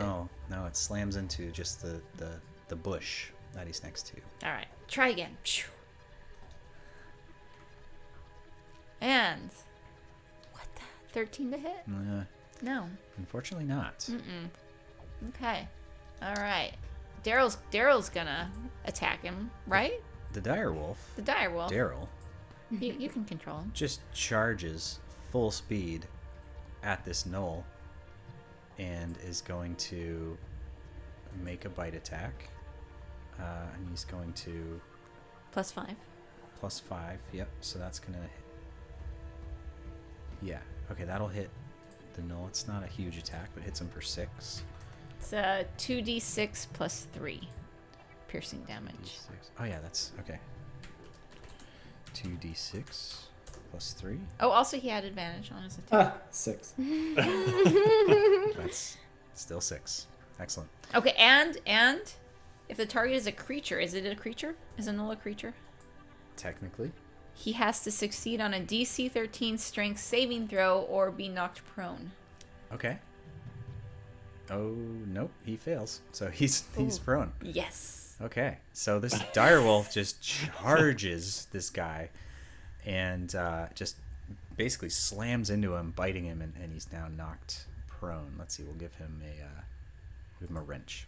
Wrench means prone right now. Obviously. Come on. That's obviously what it means. You're All right. working on your car or something. Yeah. I get it. Yeah, you're laying on the ground working on the car. That's exactly what it means. All right. All right. I'm gonna Technically the other go hide behind Kinz. Technically the other direwolf is going to go as well. Since it's your turn. So I'm going to assume he attacks. Oh, Well, he did go on Vin's turn. Oh, he On already my went. turn, yeah. Yeah. You're right. Yeah. Yeah, that's fine. It doesn't matter. I bequeathed my control to Vinny for him. Sure. That's Bequeathed. totally fine. Okay. Are you done doing everything? Yes, Great. I moved, so I'm good. All right. And then finally we got this guy over here who's going to take a shot at the... Ooh, crit. That's going to be 14 damage on Fred. Oh, Fred. Uh-oh. Letters. Okay. And then this guy is going to bravely kind of step a little bit closer because he's safe across the pond there. And then last but not least, this guy is going to charge up. He's going to attack this other guy. And that is going to be... What's this guy's AC again? What's the wolf's AC? 14. 14. Yeah, that's going to miss. Nice. All right. And he's going to stay there. That ends his turn. Kinz, you're up. What do you want to do? Kinz is gonna put her wind wall through this nice line of freaking things that have been shooting at all of us. So wind wall is so that is exactly 50 feet long, 15 feet high. When the wall appears, strength saving throw 15. Can I make... Oh, that's not going to work. I was trying to draw a little shape. Yeah, it doesn't. I don't think it goes to add. Yeah. Okay, strength save against what? Sorry? 15. 15. And then what happens if they miss the save?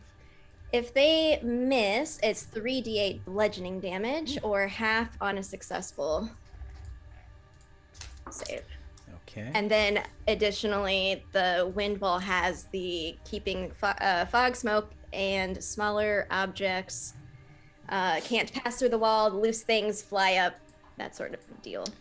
Okay, so the only one who makes the save is the one who's on the bridge. And then the one that's already prone on the ground rolled a natural 1 on his... Oh, heck on his yes. save. Nice. So go ahead, roll damage. So do I do for each individually? Is that how Nope, this works? no, you could just It's do just one, all ones. one roll applied to all of them, yeah. Sweet. All right, 13 bludgeoning damage. 13, okay. Excellent. And does it knock them back? 10 or 15 feet? No, that's the other wind-based thing that I have. Okay. And then do they take half damage if they make the save? Or just Yes, no half damage if they Oh, make it says it right there. Okay, great.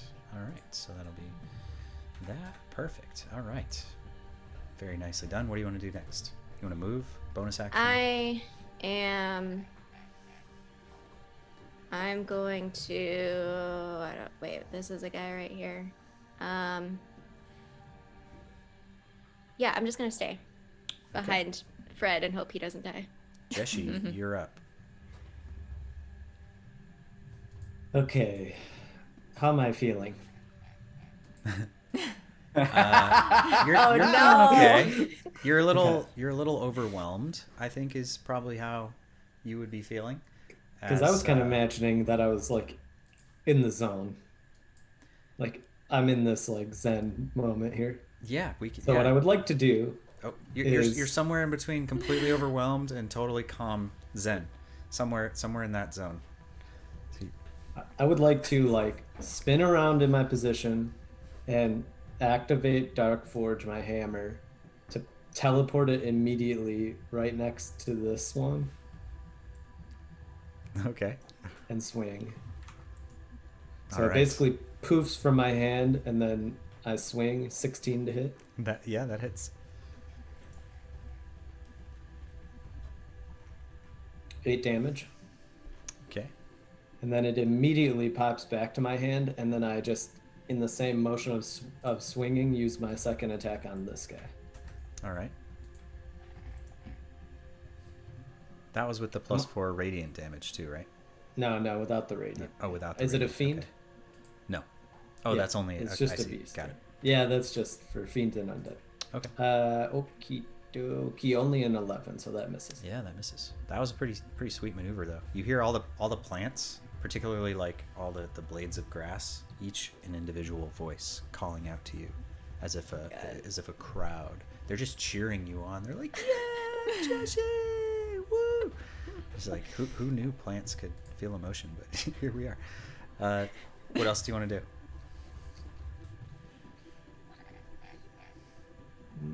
Give me just 1 second. Okay. Little did we know the plants were also on the hype train tonight. So Hype, hype. Tier 1 subs. I think that's Extra it. Subs. That's it. All right. Next up is the guy who is somehow still alive, and he is going to. He grabs his spear with 2 hands and just makes a thrust towards Vinadil, who he would perceive I block. as This a- is Do a block. You're So he okay. has disadvantage. Disadvantage. All right. With disadvantage, that's an 8, and he panics and is gonna try to make a run for it. So he's going to Ooh. bolt. So that's Oh, bad plan. Oh, well, 3 except we attack can't of roll above a opportunities. 14. What in the world, man? Yeah. I just used my advantage, though, or my reaction. Oh yeah, you can. Oh, Yep, yeah, thank you for that. so I will use mine. Natural 1. Nope. Double Natural natural one. You just rolled a double natural 1. This is legendary Oh, session man. of insanity. Like it's no, the first Gnoll just dies in 1 strike. This And Gnoll then should this be Gnoll, the I'm like leader. literally just like, the new leader. He's taking on 4 of us. Okay. Oh my gosh. So, this limping Gnoll who can't move very easily, he just casually walks by all of you. There's just this like, it's like this crazy thing where 14 reaches out and it sort of like kind of gets like caught on Jeshi and misses, and then Vin, you go to attack, but you're distracted by the clinking of armor and metal to the side. You look over and he sort of like ducks under, and he manages to like. He sort of like dive rolls over the body of his boss there and just kind of hustles across the bridge. And let's see, 5. Yeah, he's gonna. Well, he makes it to right there, and he's on the run. He's going for it. He's in a complete panic mode. All right, and then Thorkum, this guy's gonna attack you with Sure. spear. That's gonna be a 10. There's these rolls are just a bunch of people just waving weapons in the air. Just no one's actually attacking each other. And he kind of like sees what's going on there and is gonna. I think he kind of looks over and sees the wolf who's kind of like snarling all in his face, and he's gonna bolt too, and he's gonna go for it. So Thorkum, your reaction if you want to use it. And then I don't have a melee weapon, so you can't even do that. That's You can't interesting. like just punch him. You could just literally try to like trip him or punch him or something if you want. no, I'm good. Thorkum holds onto his shield. The wolf rolls a 5 to hit. Like a survivor. So let's see. 5, 10, 15, 20. Oh, yikes. Oh, here.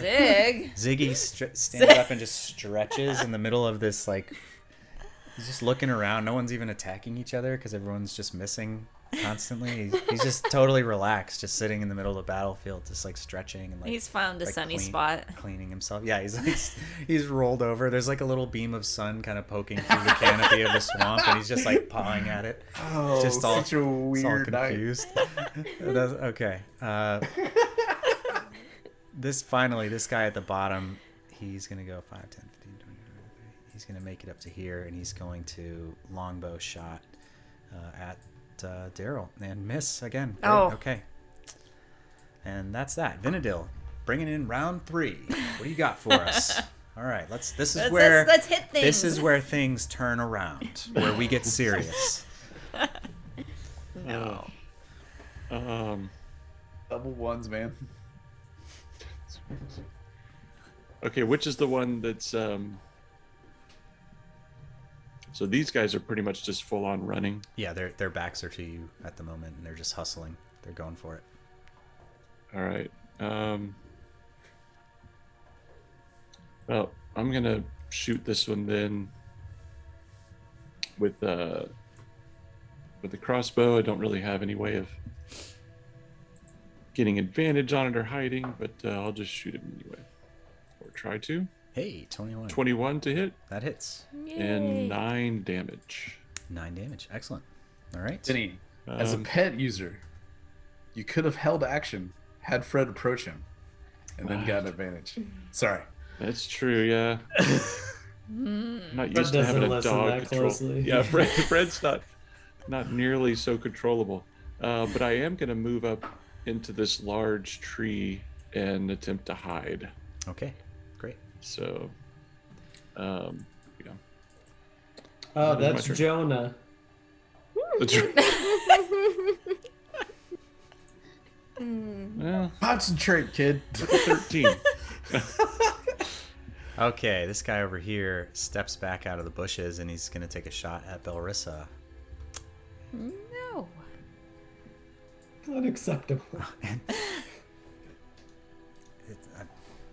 Did miss? Yeah, oh, yeah. Yes. He basically just pointed his bow straight up in the air. And was like, Awesome. just Playing the angles. the plants, Jeshi, you just hear the plants are going. Doo, doo, doo, doo, doo, doo, doo. Oh my goodness. This is a mockery of a fight right now. I don't know what I expected. Thorkum, it's your turn. I am not as forgiving as Vinny. This is the one that's hurt, right? Way on the edge. Yes. No. The closer one is the one that's really Closer hurt. one But that's hurt? They're both hurt. Yeah. 21 Oh, to hit. there it is. Thank you, sir. Oh. 12 damage. Dang, man. Yeah. And This, yeah, I just like, bam. He's tired of this. yeah. Yeah, and then comes Thorkum, who just shoots him in the back after Vinadil just walks up and the guy just wanted a little bit of money, probably to feed his little hyena children. And just Gnolls aren't usually, talking much. 18 to hit on the guy as he falls. yes. Just like, That hits 8 as well. damage. 8 damage. Okay, not quite enough on that guy, but solid hit nonetheless. come on, 14. Let's do this. No. Oh, Not no. so much. Yeah, he's moving slow. It's still muddy. It's still, tricky terrain, and 14's programming is a little bit wonky out here in the swamp. Okay. This guy over here is lying on the ground and has there's a wind wall just sort of above him, and he's just lying on the ground being like pinned in the face of this snarling dire wolf, and he's gonna try to get up. He's gonna use half his movement to get up, and he's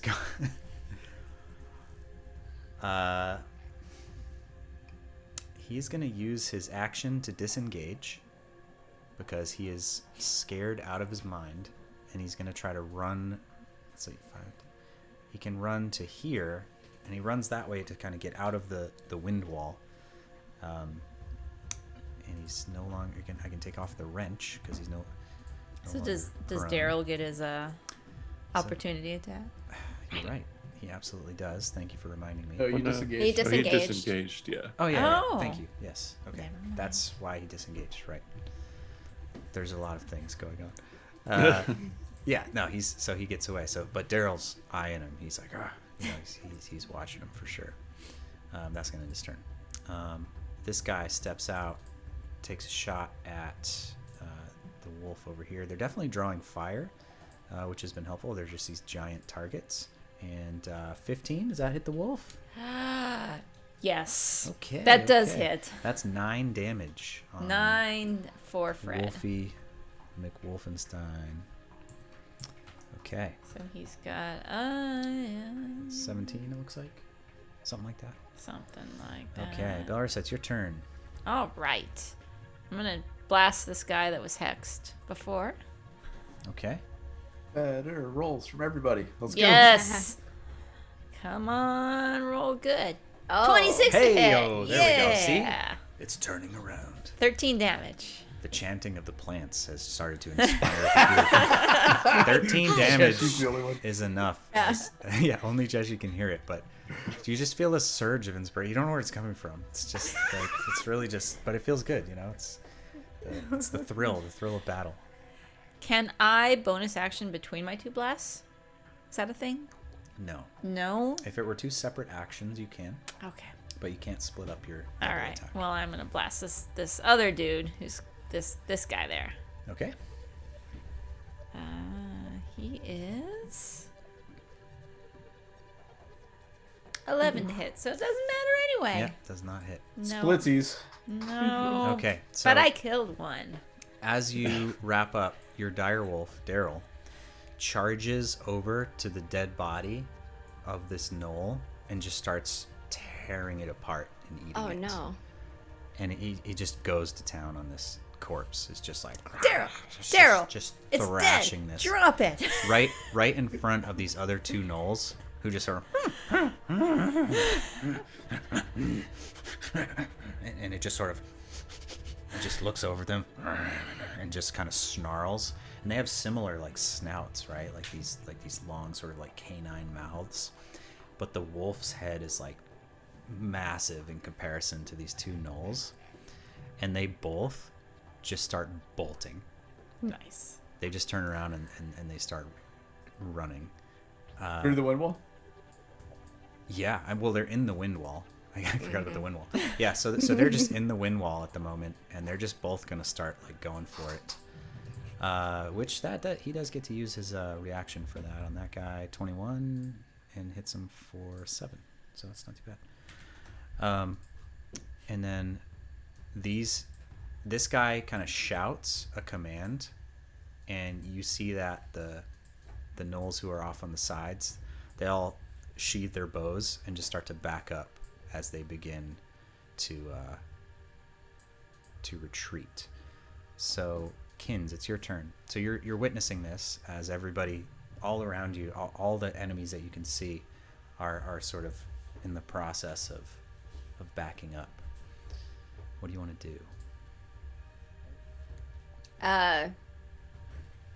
Kinz would like to say out loud, very loudly, "So we pass," to see what they say. The one down south, the one down the bottom, the other, the one who seemed to be in charge of, at least since you brutally murdered his companion.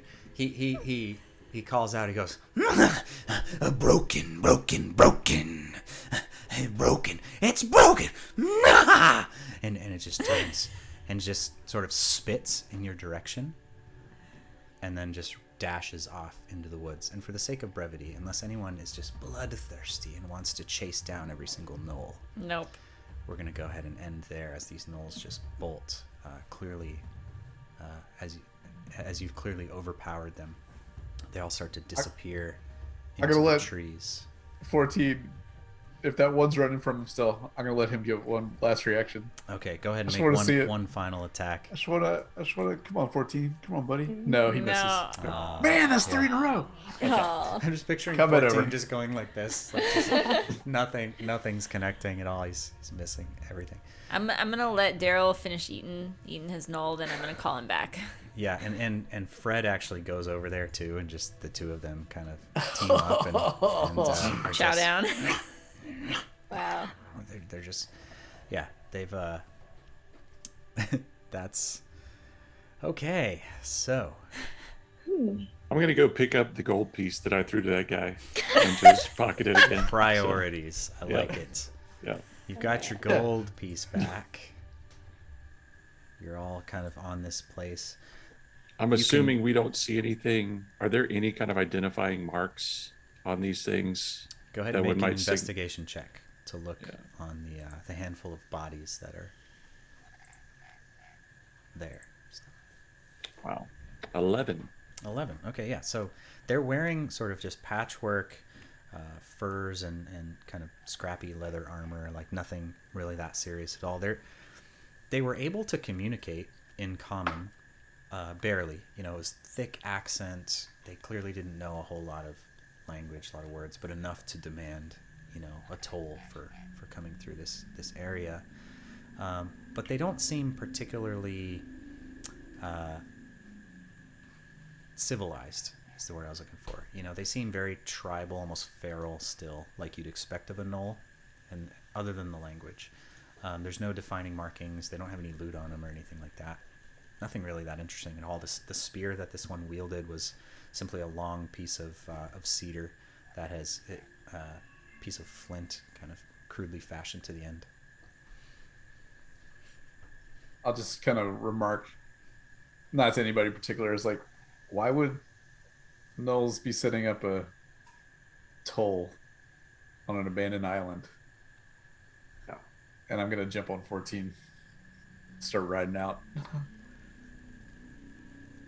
Yeah, you almost wonder if they were going to be taking this toll to somebody else. Maybe we keep our eyes open. Also, See like, if, how many people come by this bridge that they're guarding it for a toll? Like, is this a common thing that people are traveling? Apparently, there are more really people here than we're led to believe. Clearly, the turtles don't come this way. Also, Thorkum, what WTF? Why were you going to give them our snake stone? I just keep walking. Yeah. I look at Finn, like, in disbelief. Oh, no, I make eye contact like, yeah, we got to deal with this later. Okay. But can we keep moving north? Yes. That is an interesting question, though. Yeah. He also yelled broken. Yeah. So that was weird. I don't know. Like some kind of deal maybe that they had with somebody? Was it that they wanted gold? Did it seem like he wanted gold? He was cool with the gold. He said more. He wanted more gold. I'm like, well, right, but Ben, we had more I gold. step- Did you not want to There's give no him more clear- gold? Listen, Y'all have so much We're gold. going to have a We serious have conversation some. about alignment on Saturday. We have We a do. lot of gold, Vin. Do you need to murder him? he's clearly a bad man who had many chances to let us pass. He may have Really. had little baby gnolls to Are feed. we ending? and- Are we ending, Jay? Or are we just ending combat? No, we're not ending here. No. We're Okay, still okay. going. Well, Wait, so Stuart we're didn't tell we're us talking about as these we're walking, people. right? I'm- We're walking as we're talking. I'm talking to you as we're walking. Yeah, we're walking and talking. That's what we're doing. Right. So, okay. I mean, here's the thing. It was devolving really fast. The what the serpent hell? stone was out. He was about to grab it and turn into a great evil. So, That makes sense. I Like- understand now. Okay, you we know. could have just given them gold and passed, and then But like, here's the thing. and then Fred and no Daryl one in would have. this world uses gold. What kind of craziness is that? That's almost weirder than nothing. Like, these people wanted gold. Even the people in Portsmouth don't want gold. Like, Technically, he said you pay. you pay. That's true. But We gave never him the asked him what. mushroom. We did not ask and him he what said no to he the actually mushroom. wanted. Yeah, true. well, I tried to give him my mushroom. Clearly, that's not something that they want. All right, next time I'm Perhaps talking. that's on me. No. Maybe I'll let Jeshi and you lead the next go. I'm cool Thank with that. I'm okay. Okay. with Jeshi's that. talking to a lot of people right now. I go, kid. And kind What's of wave the- Jeshi over. Uh-huh. Yes. Did I do that wrong? Do what? Do what wrong? Joke? A Is it joke? wrong? Jokes are good. What was the joke? I missed it. Never mind. Just keep walking. Wait. Thorkum. Does 14 talk? No. You can't talk to him? No. He might be able to talk. No. No, he might. I just keep walking. Did kind Jeshi of crestfallen. tell us that the plants were talking to him? Or is this all just he's- happened in your head, Jeshi? He did, right? Yeah, he did tell us. You told us? that- Okay. Yeah. I'm going to Yeah, ask the everything can plants. talk. I'm going to ask He Jeshi said then. everything can talk. Yeah, that's what he What? said. What do the plants say about the gnolls? Are they good people, Jeshi? Okay, I'll go down to like a nice weed. Yeah. And be like, hey man, hey, do you like those gnolls? This is the Did you see pinnacle that? of DMing right here.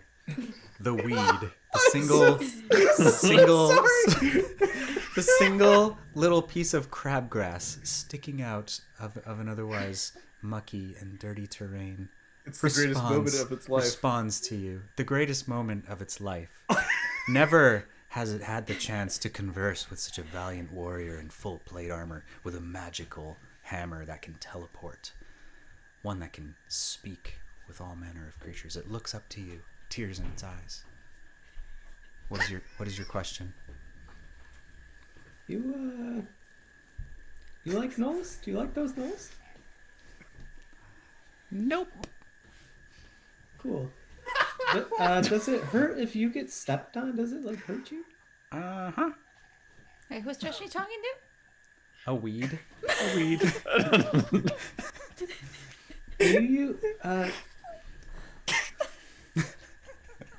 Do you like Oh my god. I hate you guys. Okay, well, at this point, we'll just keep. We'll just like that was enough. That was good. That was good. Man. Yeah, we'll just Thank you.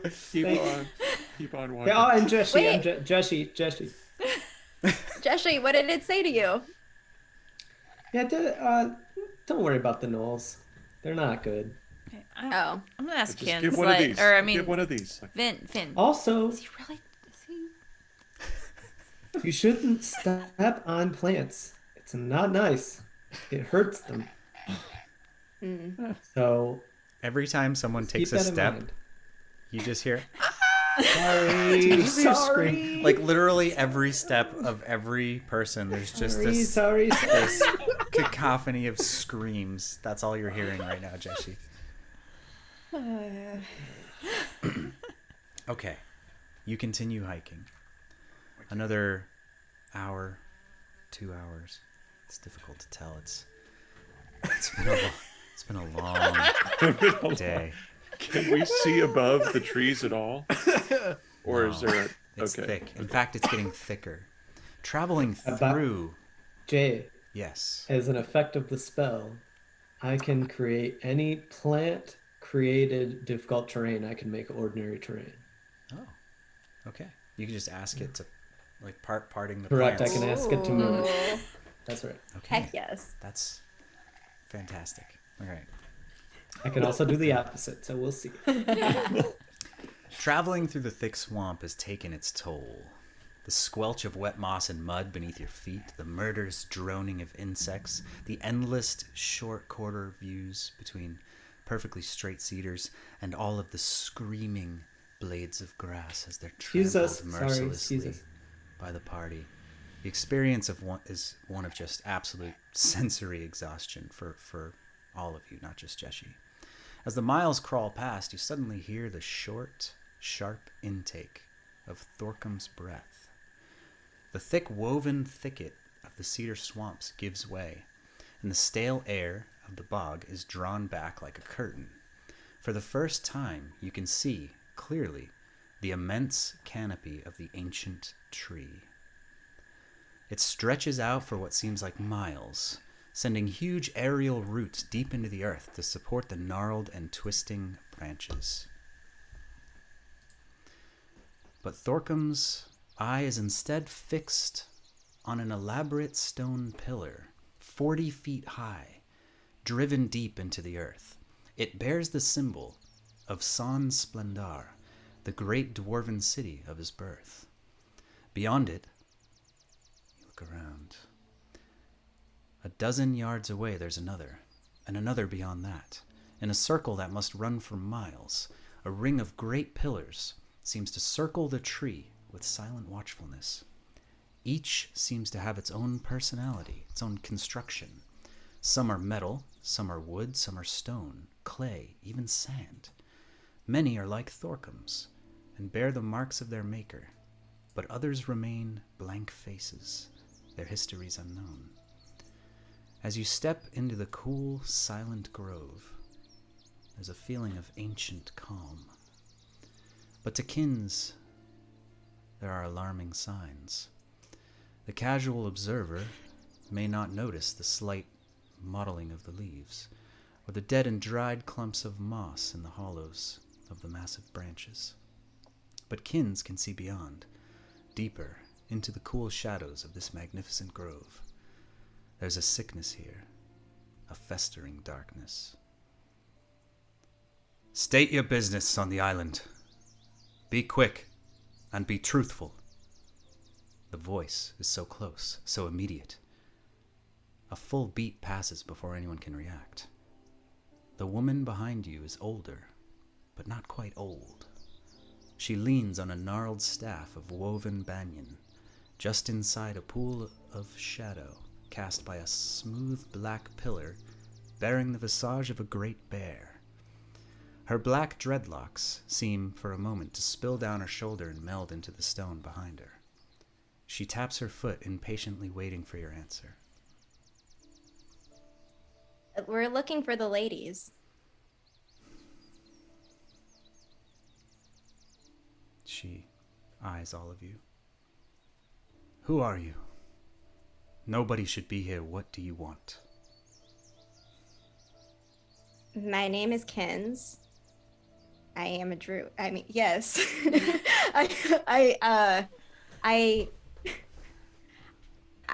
We are trying to, Spit it out, girl. Why are you here? Nobody should be here. How did you I even know- get in? I don't know how it happened, but I took control of a storm and it opened to let us through.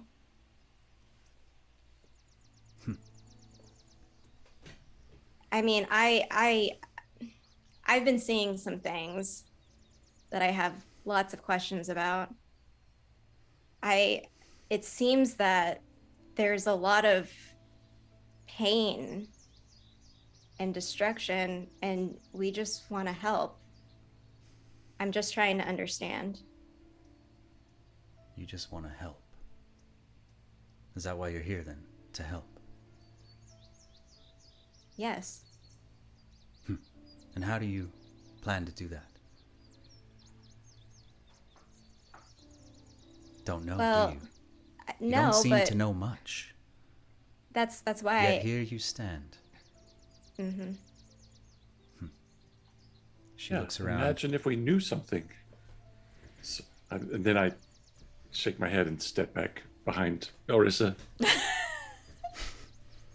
Look, I've been seeing visions. I've seen this tree. Everyone who steps foot on this island has visions, nightmares. But can't anything be done? She glances down for a second. Go home. And she turns and starts walking away. I turn to Thorkum. Wait, like, help. I am transfixed by the pillar in front of me, and I'm starting to walk towards it. Is she walking towards the tree or away from it? She's walking towards the center. You guys are right on the literal outskirts of the grove where these pillars are. And she's appeared sort of adjacent to you guys. Just completely, just one second she's there and starts talking. And has sort of dismissed you and has started walking towards the center of the grove. What do you want to do? So Kinz is going to chase after her and still try. Yeah, it appears we're going the same direction. So it's one of those awkward times where you say goodbye and then both walk the same way. So we're going this way too. I'm Vinadil. You met Kinz. This is Jeshi and Belrissa. And Jeshi. I'm talking to the tree. Oh, this is Daryl. And this is Fred. And this is Ziggy. And don't mind him. He's getting some clothes later. She does take a moment and seems genuinely perturbed at the two giant dire wolves and the awkward naked cat. Oh, he's not usually this big. Usually he's like normal cat size. So it's been like 5 hours to get here. I mean, what brought us to the island originally was a dwarvish mine, which apparently is even on the other side of this island. We have half a key that some strange guy in a tower told us that there was another half somewhere around this area that might get us into that mine. You mentioned the stewards. Stewart, yeah. Yeah? Stewart said that you would have answers. Backtrack even further than that. We're from... We're just talking to Carry this on. lady. We're just talking She's to just her walking ears at off, this like, point. while we're going. Occasionally, she glances over her shoulder, but she's she's carrying this staff, and the ground beneath you is sort of a combination of loose stones and just roots that are coming in and out of the ground, and it's better than the swamp, but it is far from smooth terrain, and she's using her staff to just very expertly kind of walk up and around the roots and towards the center of this tree. And she occasionally glances over her shoulder with a furrowed brow as you continue to talk. All right, so we're from Portsmouth, but we're not actually from Portsmouth, but we're coming here on behalf of Portsmouth. And long story short, they're out of iron because there's these dead people that keep rising and attacking them, and they're out of iron, they can't defend themselves, and they heard there was a dwarven mine here, and they want to open the mine up so they can get some iron so they can defend themselves against the dead. And that's why we're here. The turtle said that, stuff is all kind of going crazy, and that the people who live in the center at the tree might be able to help. Yes. So we started moving to the center of the tree. She her pace slows after a few moments, and she just looks up, and she turns and addresses all of you, kind of just looking around, her glance moving from person to person as if judging you, looking inside, just trying to understand who you are. Are you telling the truth? Are you here for the reasons you stated? You can see she's thinking. A few awkward moments go by, and she says, "You have the key, or at least the other half of the key. Is that true? Show it to me." Oh, yeah. I whack Thorkum. Thorkum on the side. I'm like over by the pillar. Oh. How far away am I from like this conversation? They've probably walked like 100 feet at this point. I'm gonna, Not super fast. I'm gonna jog back to 14 and start like knocking up. He's in Thor. The key's in Thor 14, right? Or is he in your bag of holding? Yeah, I'll just unconsciously like hand it to you, not even really paying attention. Sweet. I'll run back with it. Yes. Thorkum's mesmerized by the pillar from his city. You run back with the key, and she seems to look at it from afar, and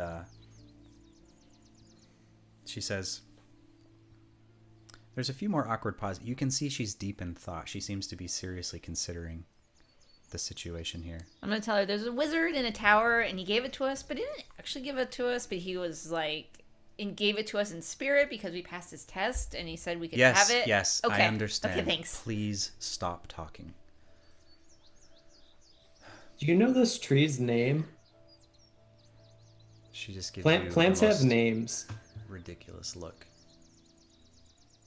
No, I mean, like, I know you probably call it something, but like, does it have a name? Because I want to have a conversation, but I'd love to, like, be able to introduce myself. We would not I accidentally ate a disrespect- mushroom. Sorry.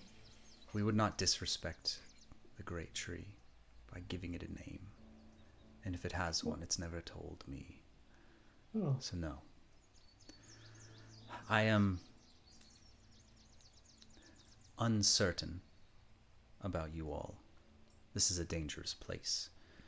My sisters and I, we work very hard to maintain what semblance of order and stowing the chaos as best we can. And you,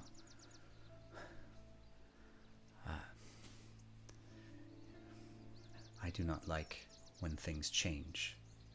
You are not supposed to be here. I must... She seems to look down and think to herself, and she looks back up. But you have the key. I do not understand. Is that not supposed to happen? Do you know this Raikonen guy? Person? Wizard? She seems to ponder your question. She's internalizing a lot of this. She keeps kind of like...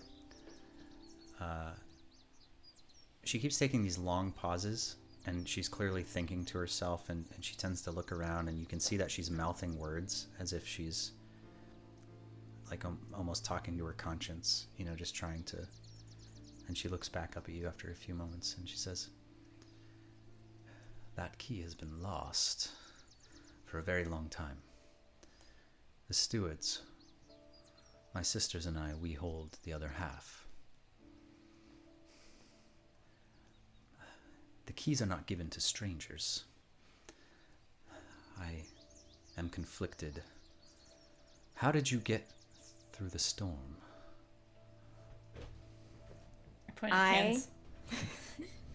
I took control of it, and it moved away. It went away.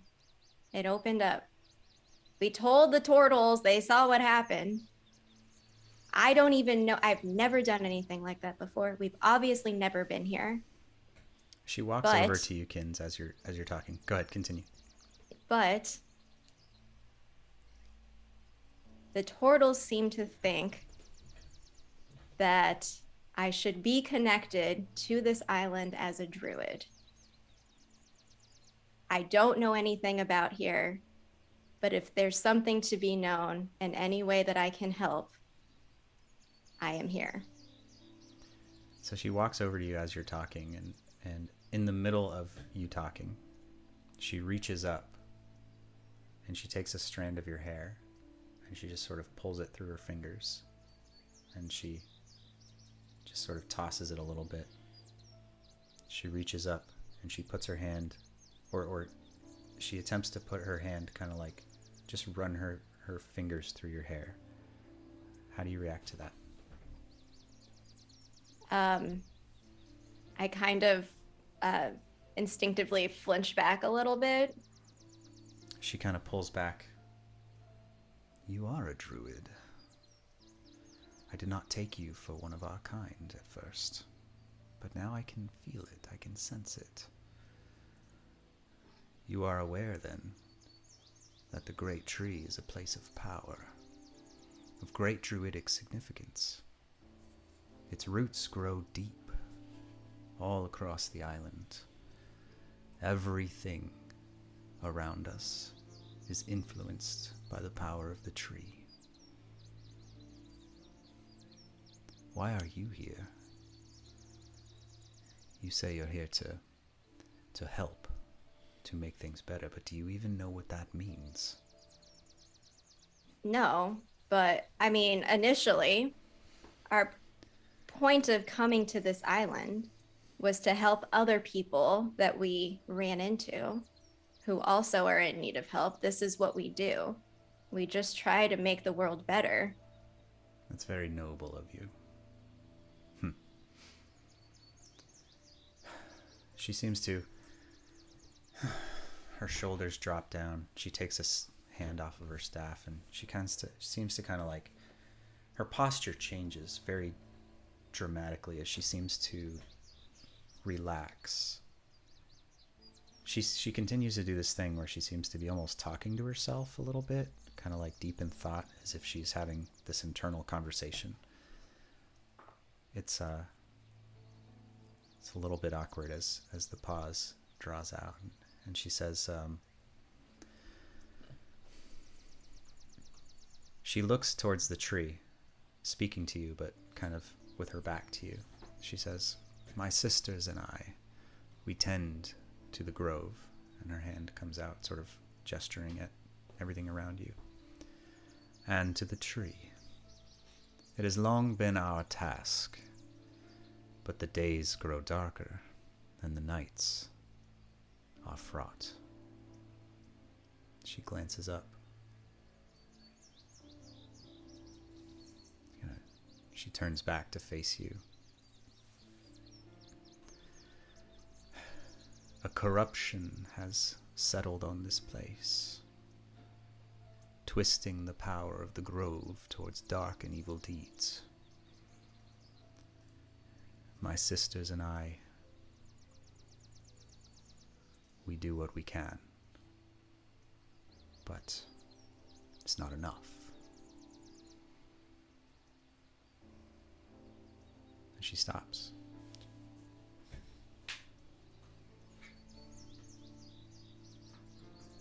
You say the roots go deep. And we were sent here to discover the mystery of a mine and why it got shut down. I can't help but wonder if there's something under this island causing this. We came from the city. We barely delved under the surface, but there were things there. Things that we really didn't even fully see. We had to rescue people. But it seems that something under the surface, at least where we came from, is rising up. Maybe it exists here too. We don't know. She seems genuinely intrigued and listens intently as you describe this, Vinadil. And she, when you're done, she turns away.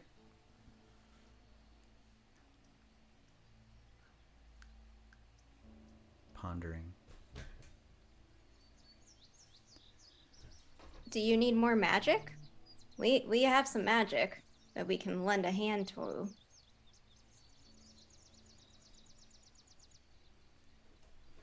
She thinks, talking to herself again. She says, "There is something in the mines.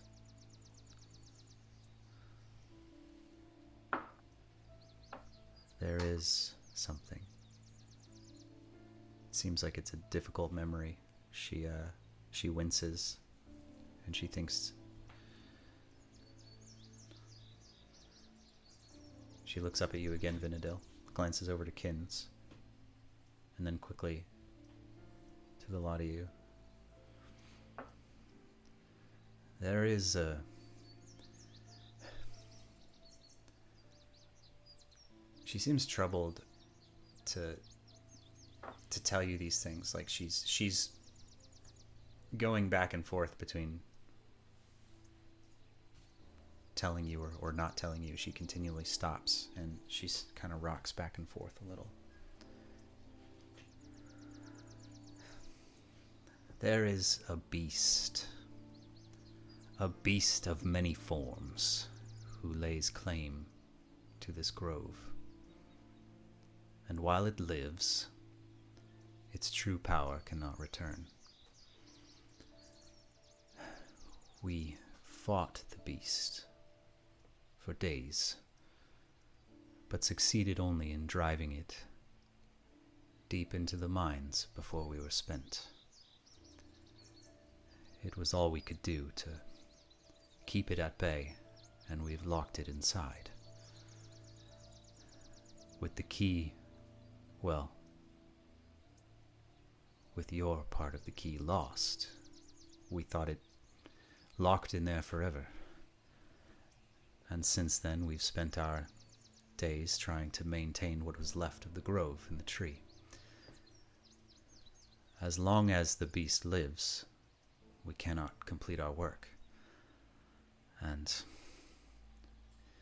we are old, failing. And so we locked it away and, well, came back here. And now here you are. Years and years later. I've not even thought of this for such a long time. Years later, here you are, a druid, and her companions. Here to right the wrongs, help people. I've heard it all before. You should just go home. And she turns and starts walking again. If the beast were gone, would the grove be protected? Would the island return to what it once was? She stops.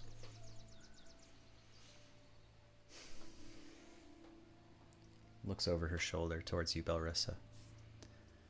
Yes, if the beast were gone, the true power of the tree can return, and my sisters and I can complete our work. But you are children. The beast will tear you to shreds. And she keeps walking. Okay, so other people have tried this before? I don't understand.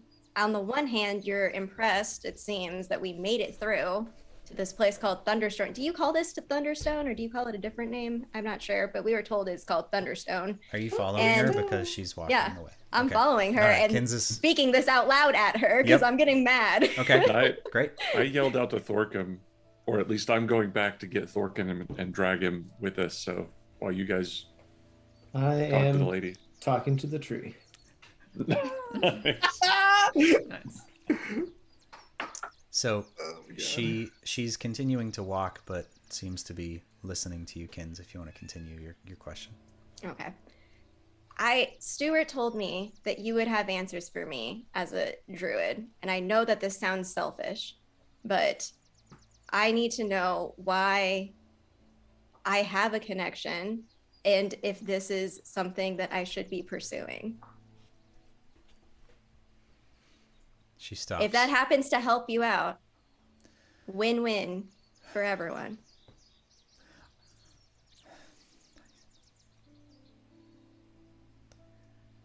She turns and faces you directly. She says, I do not doubt your heart and your desire to help out.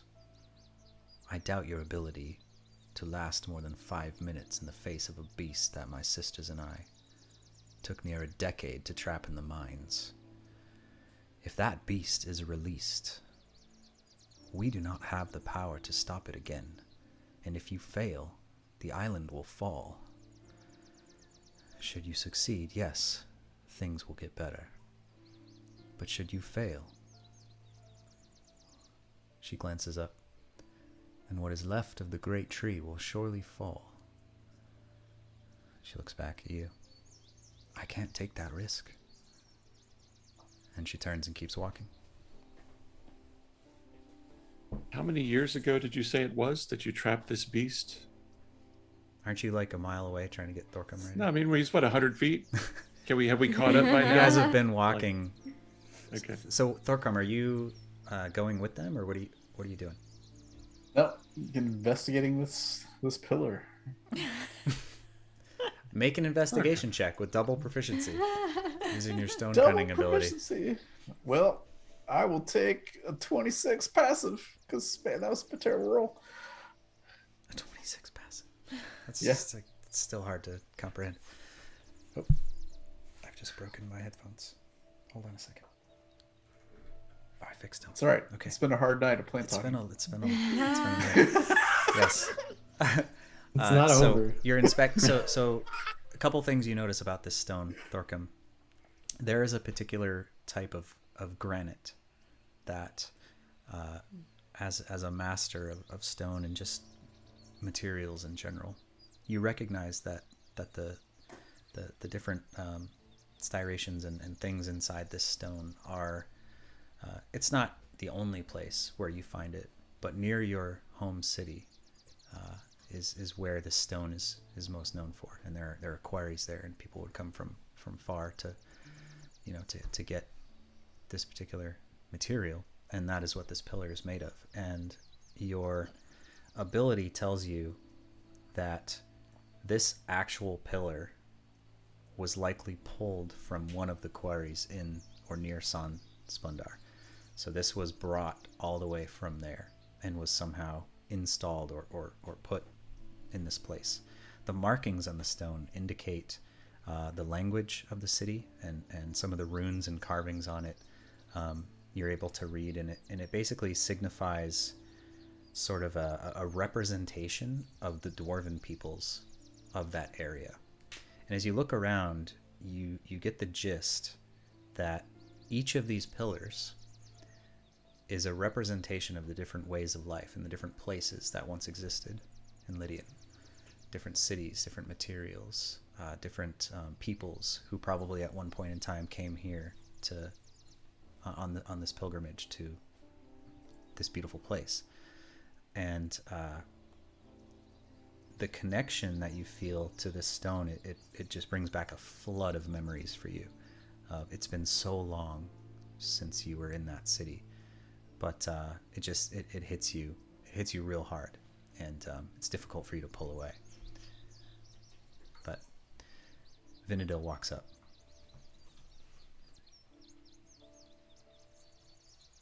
I'm just gonna reach out and kind of touch the pillar. We're moving, man. Like what happened here? Obviously you've seen something that you recognize. What is this? A piece of my home.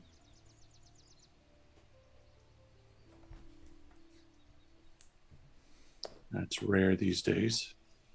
And I kind of like draw my hand back, and I'll just kind of walk down the hill, kind of ignoring the conversation. That's not rare these days, I say behind him as I notice he just randomly walks away from her. But that's all right.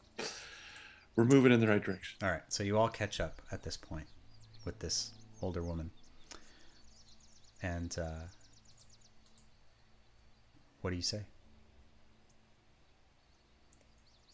Look, I can't promise that we'll leave. And even if we do leave, I can't promise that we won't come back. So I'm guessing that this is where we'll find you and the rest of your sisters. What would convince you to let us help? She seems to ponder that for a second.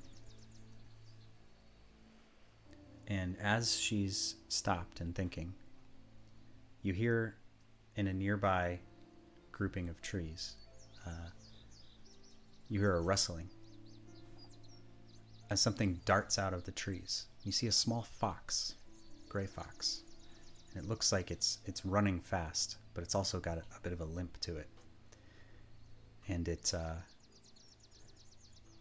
crashes into sort of a pile of like it's running really fast and then sort of misses its footing and sort of trips on a root and rolls across the ground. And as it does, a form appears as this fox turns into another woman. She's a bit shorter and a little bit older than the first woman you're talking to. She's got sort of a little bit, instead of the black dreadlocks, she's got more gray. There's a lot more gray and white to her hair.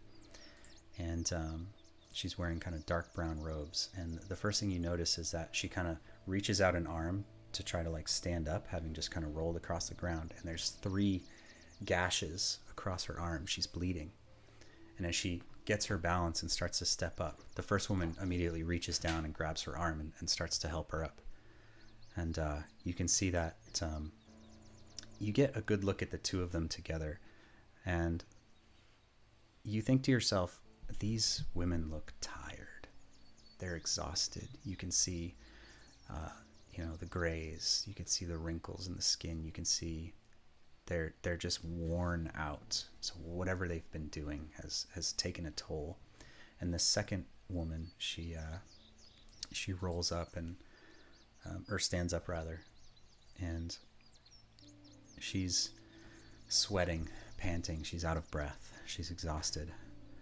And she says, "Sister, they've taken her. I came as fast as I could. They've taken Aggie. Constance, they've taken her. They've taken Aggie." And the woman, the first woman, she looks, what? She looks around confused, not making eye contact with any of you. She kind of like helps her sister over to sort of a root that's kind of sticking up, and she helps her kind of sit down and catch her breath. She pulls out what looks like a water skin and hands it to the injured woman. And the one who's sitting down, she says, "It was those bastard gnolls. They were enraged. Said we'd attacked them. Broken the truce. I ain't done that, Connie, I swear it. I ain't done that. I wouldn't do." And she puts her hand on her shoulder and she says, "Don't, no, it's fine. She says, "They tried to take us both, but we fought back. Yes, we did. Killed about 10 of them before one of them got me over the back of the head with a rock. And I fell into the water and I took shape, and by the time I got my head straight and looked around, they'd run off with her. I'm sorry, Connie. I couldn't.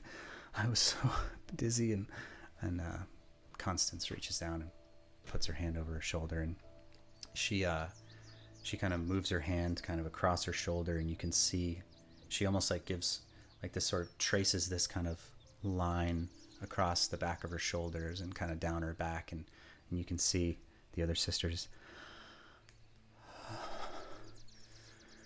"Thank you, sister." And the wounds on her arm begin to heal. And she sits up and, who are you? Who are they? What? She seems so confused by looking at you, and Constance kind of looks up and she says, "They, I have a feeling, are the reason the gnolls are enraged." And she looks back down and she says, "I'll deal with them. You rest. Rest, sister." She looks back up. She looks back. "Where did they take her? Where? Which direction?" "No, we are too weak for this. I cannot. We can help, right?" I look at everyone, specifically Vin and Thorkum. We can help get Aggie back. Is it your sister, I'm assuming? She looks at you, kind of confused, like somewhere between very angry, but also like brow raises a little bit. She looks back at her sister, who looks up at her. "Connie, they've taken her they've taken her north to the giant wood." She looks back down. "What? No." She looks back at you, Belrissa. She looks over to Kinz. "You asked me what you could do to prove. Get my sister back." Okay.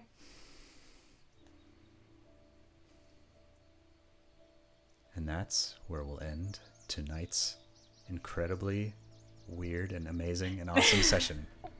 Jeshi is like, "No, tree!" From now till Saturday, we get to hear all the questions Jeshi had for the tree. That's Oh, gonna be yeah. all the. Jeshi, the last thing I'll leave you with is that this whole time you've been trying to like drown out the actual talking and just communicate with this absolutely stunningly massive tree. You talked to a blade of grass. Surely this tree will respond. And it does. And we'll find out next week what it says. Oh man. All right. I'm sorry, Kinz and Lynette once wanted Kinz to eat a mushroom just to see what would have happened. We had a raid party come in right as we ended there. Oh, really? Aw. Awesome. Hello, Raiders. Hey, Hello. Reed. What's up, everybody? Yeah, so Oh man, you guys, there was some craziness today. I'm sorry, this was my favorite session. Yes, was it really? Yes. it was great. Oh, that's awesome. Yeah, that was great. I mean, just one thing after another, like the mushrooms and the dire wolves and the cat and the Giant Ziggy. And the Roland. wow. Yeah, no, you We can guys talk killed about that Saturday. Mm-hmm. Yeah, so all right, I'm like, boy, that was crazy. Yeah, so Saturday night, same time, 9 Central, we're gonna have our after show. We'll talk about we'll Everything. talk about so many things. We'll talk about talking to an army of grass that got trampled and all the things they had to say. We'll talk about eating magic mushrooms. We'll talk about we'll talk about moral dilemmas and how Vinadil just dude, you're okay. So Vin's just standing there, everything's fine, and Vin just stabs it in the throat. Just so that was great. We're talking about that. No, so really fun session, you guys. Everybody did a great job. If you're not already in our Discord, just type !Discord in chat. You'll get the link so you can head over there. We are active all week long, talking about the story, talking about nice. There you go, Triv Smash, awesome. Yay. Just talking about the game, talking about asking questions about the characters. These guys are level posting 7. memes, Posting having memes. Photoshop battles. This week's we do Photoshop Thursdays, where we just pick a theme from the show and just draw all sorts of insane nonsense. And I can't even imagine what tomorrow is going to be like after the absurd twin direwolf like magic fuzzy ball summoning and the magic Basically mushroom. Pokemon. Like Yes. yeah, but yeah. So there'll be a lot going on. So thanks everybody for watching. We really appreciate the raid party stuff. Hey Jay, do you want to pass on the raid? Yeah, totally. Let's That's do a it. great idea. Let's Let's go do it. raid Gotta somebody raid, get a else. Let's raid. pay it forward. All right. I mean, it's got to level us up again, right? I mean, if we do a successful raid, Raid! we'll Vin get likes to raid 5 battle. He likes I to. do, man. One of these days. How's the we're gonna- plan going? How's the going? plan? Yeah, That's okay, what we cool, enter cool. with. Let's see. Raids on raids on raids. Yeah, We'll, Jeshi talking to a weed. That was the most magnificent day of Jeshi's life. Like, just absolutely insane stuff happened. All I was right. absolutely all right. serious that he doesn't know if it's the best day or worst day of his life. Yeah. We'll see. Mm-hmm. Not over yet. Okay. How about let's go with. Also, if you join with us to the raid, you'll get a boost of channel points. So that's another reason to stick around with us as we go raid this person. Yeah, let's go. I'm trying to find a channel like somebody who's kind of getting started here and could do with 25 people. So if you guys hang with us, then let's see. I don't know who this person is, and I can't find the button. So I'm just bear with me here. Where is the raid button? It's on the Twitch. Dude, it's like I have so many windows open. All right, here it is. It's Brain on. fried. It's been an absolutely insane night. All right, here we go. Hopefully these are some good people here. Let's go see what they've got going on. Thanks everybody again for watching. We'll catch you this weekend at the after show. We'll catch you next week for episode 6. We'll see what the tree had to say and what else is going on. Until then, good luck with your bad plans.